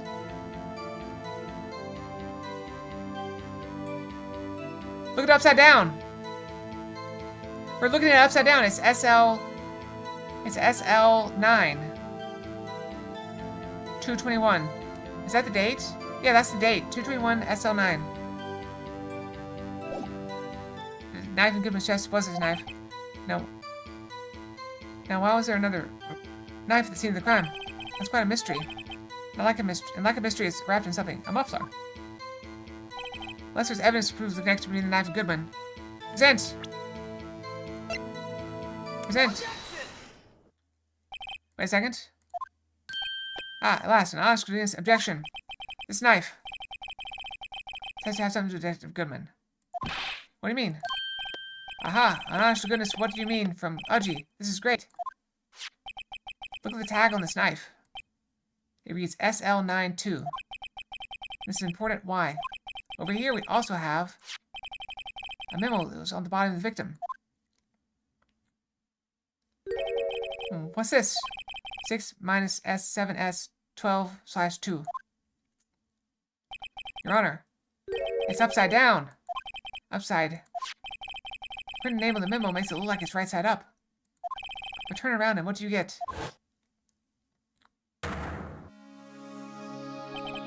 Aha! Aha! Whoever wrote this note was holding the paper upside down. SL9. That's the same thing that's written on the knife's tag. Yep. Order! Well, Chief. Ah, well. I guess the cat's out of the bag. You win, Righto. I win? Alright, innocent. Game over. What game is this guy playing? This knife was evidence in a case. It was stolen from the department's evidence room. This knife was stolen, but on the day of the murder. There's evidence, you say, was it in fact a murder weapon? Nice. Good show. But it was a murder weapon, as it happens. It's evidence from a case long since solved. So this knife was stolen on the day of the murder. And it was found in the exhaust pipe of Edgeworth's car. Hard to think there isn't a connection there. That's a bad day for the department. We were in any shape doing an investigation. Something happened in the police department too, huh? You got a good look in your eyes there, Righto, my boy. Sharp, hungry. So something did happen. And why wasn't I informed? Why weren't you informed? Well, why didn't you ask? No matter, I understand. You were busy. What with Lana's case and all. Well, what happened? What happened at the police department that day? The detective was killed at the police department. See? What a mess. On the same day that the detective was killed in the prosecutor's parking lot, another detective was killed at the police department. Sorry, I'm a little burpy after those pickles, I guess. That's a fact. Surprising, isn't it, Udgy? I'm at a loss for words. And the perpetrator? Do you have a suspect? Well, there was a suspect. Just arrested him, in fact. Just arrested. That was quick. But there's still a lot of unanswered questions. Maybe you could help, Righto. So I could help if you help me by giving me data on your case. Oh, good one. The kid's sharp. Okay, here's the deal. I'll tell you one thing and one thing only.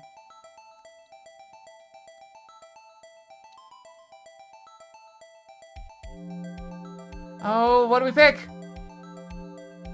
That's a good question. Well, I assume he was stabbed. We already know when he died. I think where is probably...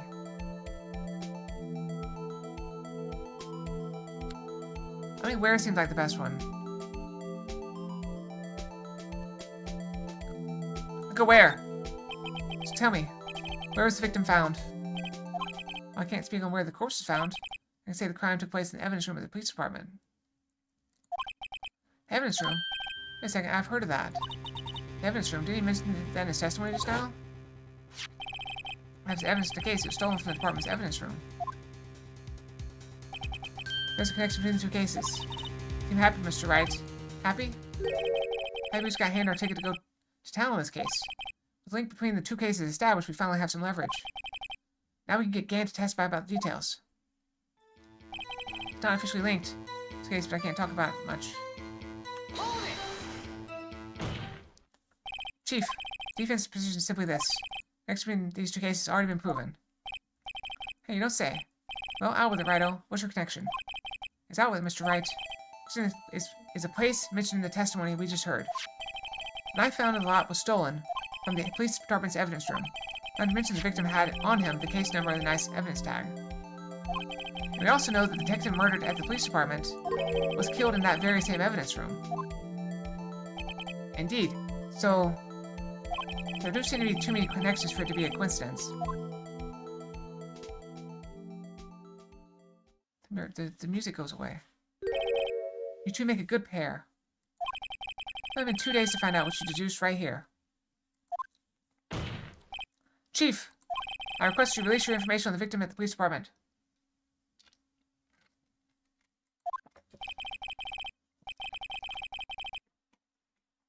See, that's the tricky part. It hasn't been announced yet and all. Can we get the information? Unofficially? Can you do anything in court unofficially? Isn't it all recorded? Sure, why not? It's unofficial after all. What? Really? Who would have guessed? Don't they normally have like a stenographer typing up everything anybody says? I'll cooperate, but I can't reveal the name of the victim department, okay? You're going to tell us a little, why not tell us everything? Well, case information is sticky stuff. You have to do everything properly. Oh well, I guess I might as well try to get what I can out of him. Gender.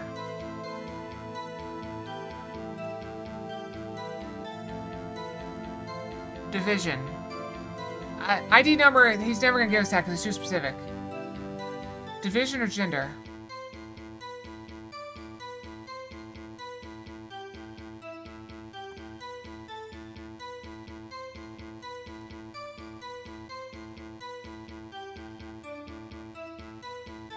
Let's go for the division. Okay, well, what division was the victim stationed in? Oh? You want to know that, do you? Do you? Aha! Criminal Affairs, Division 1. The detective responsible for homicide cases. Homicide. That'd be the same division as Detective Gumshoe. Detective Goodman, who was killed in the underground parking lot, was homicide too. It's almost like a serial killer is after homicide detectives. Hooray! Headphones!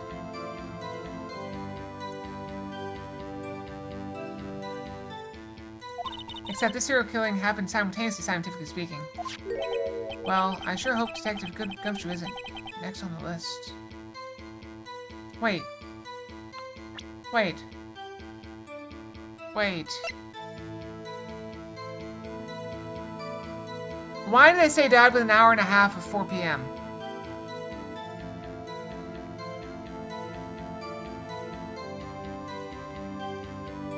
Very fancy headphones. Hour and a half of 4 p.m. What if he was stabbed at 4 p.m., stuffed in Edward's car, and then she found him?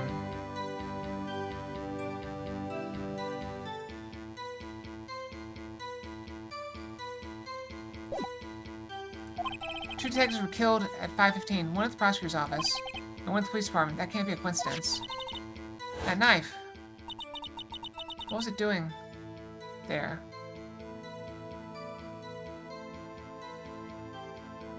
I don't want any spoilers. I don't know what's going on. I'm predicting things. Knife, what was it doing there? I better check this knife out. Knife's evidence. Can I look at the knife more?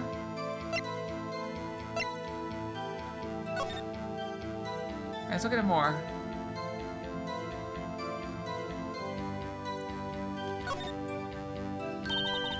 So Small tag on the knife. It says SL92. That's supposed to mean. Sure, but it reminds me of a similar code. DL6. Maybe it's a case number. That's weird. What? I don't remember where. I think I've seen something like this before. It's similar to what's the on tag. It wasn't that long ago. Get the court record again. Oh. Oh, you can tell me the science. Yeah, go for it.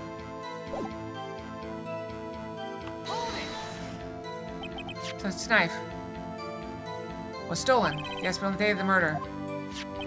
It's evidence, you say. Was it in fact a murder weapon? Nice. Nice. Could show evidence from a case long solved. Knife stolen on the day of the murder is found in the boss pipe. I think there's a connection there. We already did this, right? We already pressed here. Let's press again. Please start one. Got a good look in your eyes. Okay.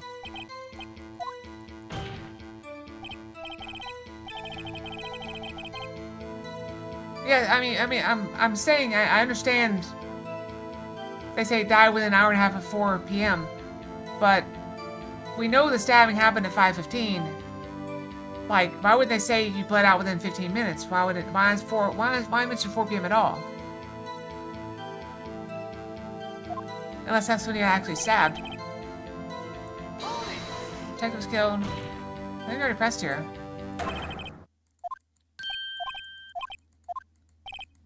Okay, we already saw this.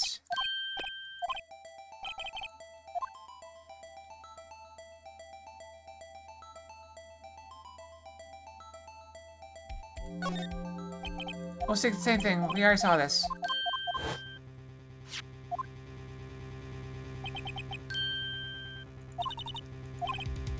We don't know.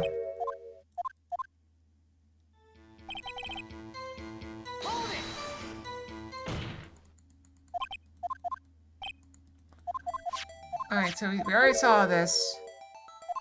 Did we miss something? We go back to the beginning.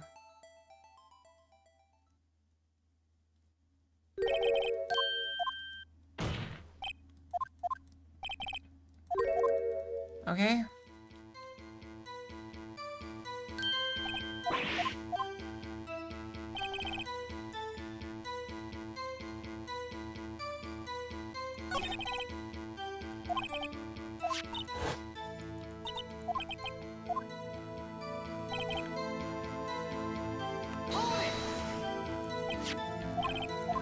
Oh, wait. He repeats. We went. Okay, so we're in a loop. Okay, we looped. Alright, we gotta find the thing.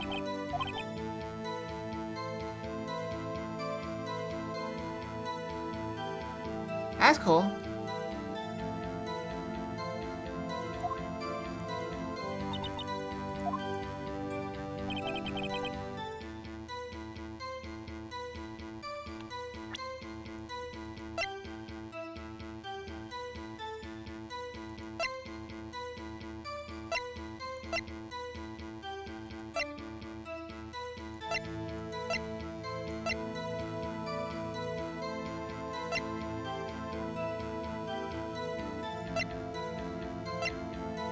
Alright, see you later, everyone. I hope you feel better soon.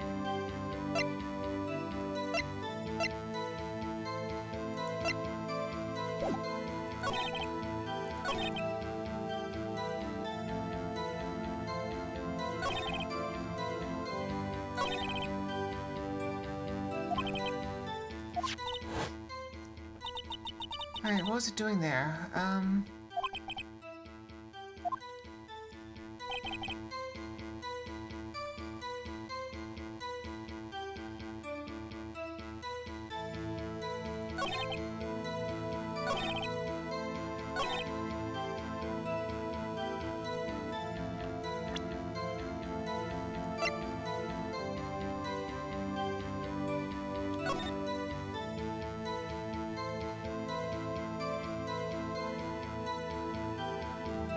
Between 4... Wait.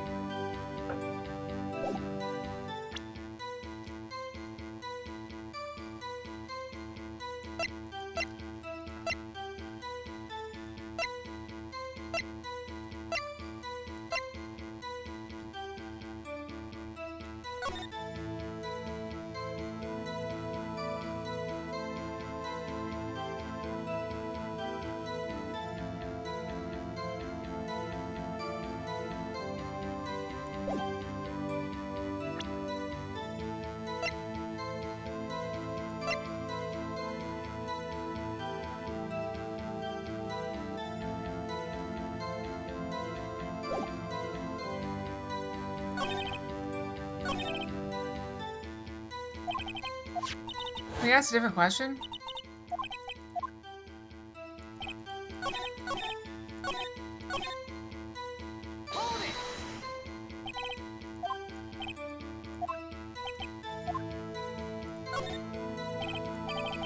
Tell me the victim's ID number. Sure, why not? You're gonna tell me this or not. Of course. No, you won't tell me the name after all. Tell them ID number, so don't give me your hopes up. 584-2189. Wait. It's quite long. It drives me nuts. You get the first number right. The victim tells me something. Actually does, Your Honor. It does. I think. Meaning? Has to be what I think it is. What's this mean? Let's hear what the defense has to say. The ID number of the detective was murdered at the police department. Tells you something. What does it tell you? Present. Witness. What's it, Mr. Wright? You're grinning like a schoolgirl on prom night. No, no, it's just I got confused. This is news? Huh? Just come out with both guns blazing like you always do. Alright, here we go. Police department, the prosecutor's office. Two detectives murdered at one time. Actually, I happen to have a police ID number here. Oh ho, is it yours? No, Your Honor, I'm a defense attorney, remember? This is the ID number of our victim, Detective Goodman. Shame on you, Righto. Personal IDs are top secret.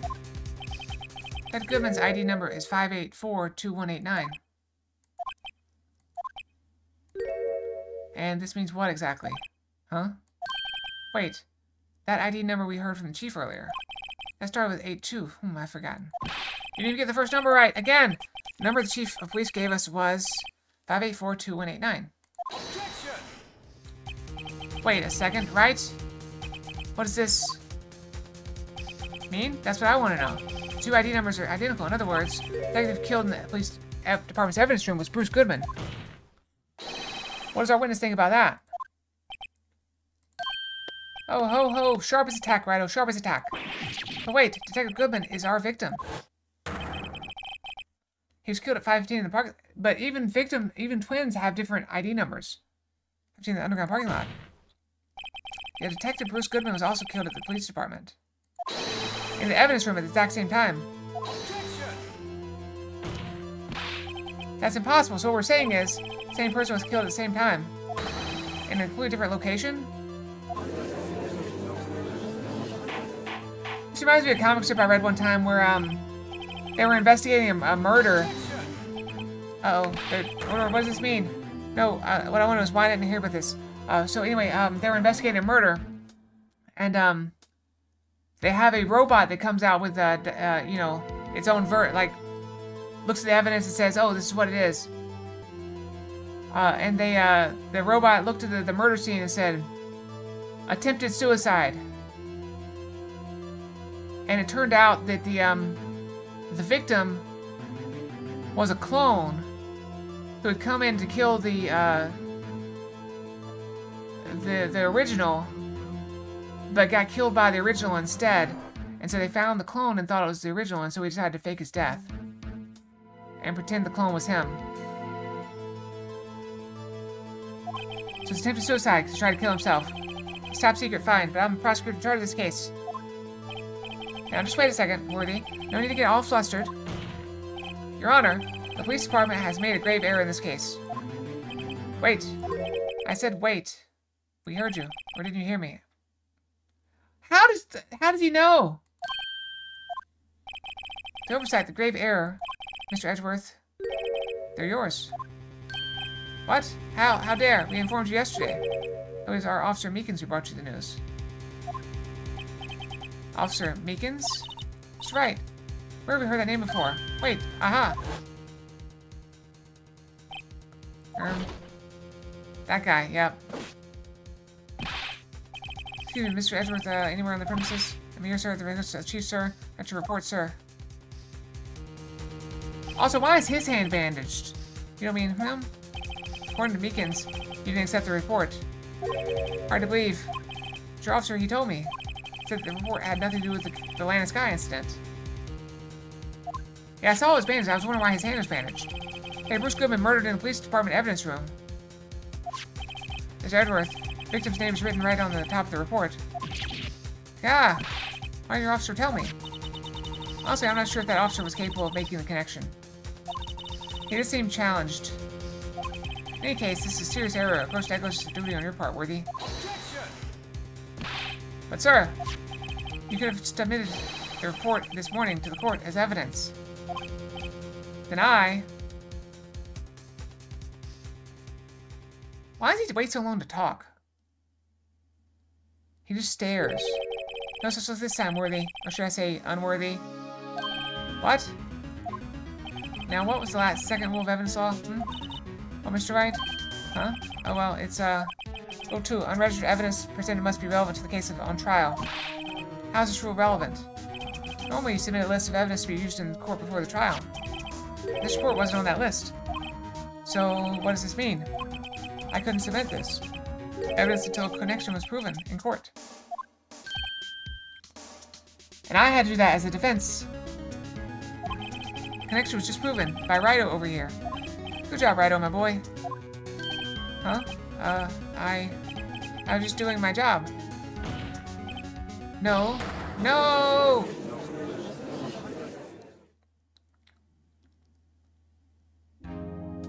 It seems we have come to the end of this trial. I know you're going through a tough time, Worthy, with all those rumors. You're even in the defendant's chair just this past December. I apologize for this terrible lack of due diligence on my part. Shredworth, please, just give me one more day. Wait, if he was on trial in December, was that like a year ago? Because this is December now. I get to the bottom of what happened. It's the last thing I do. You better get results this time. Really. And my profound apologies, sir. Or Mr. Edgeworth. I don't think there's ever been an error this serious in the history of the court. I will grant one further day as the prosecution is requesting. Will that be sufficient, Mr. Edgeworth? Yes, Your Honor, thank you. Whatever your punishment for this is, for your sake, I hope it's not decisive. Very well, court is adjourned. We did it! We made it through another day. And we found a lovely stopping point. So, yeah, I guess we save. And go to number 4. Like you said, we don't want to be up too late. I mean, we could try to do one more, but it'll be pushing late.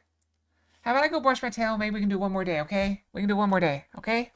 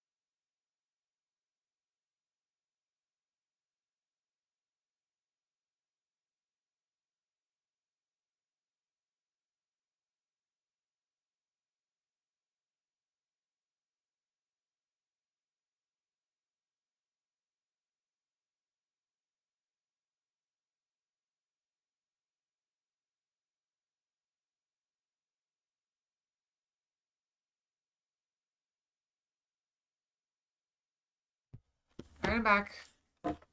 Oh, should we save it for tomorrow? Okay, well, I feel bad now. So we'll, did I save it? Oh, crap, did I save it? I saved, right? save.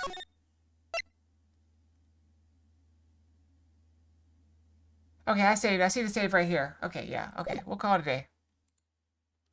Okay, so thanks for watching, everyone. Hope you all have a great night and a great day tomorrow. We'll be back tomorrow with more chess puzzles and, of course, Phoenix Wright Ace Attorney trilogy. So, good night, everyone. Fox out. Night night. Oh, I didn't hit the button. I got it. Night night.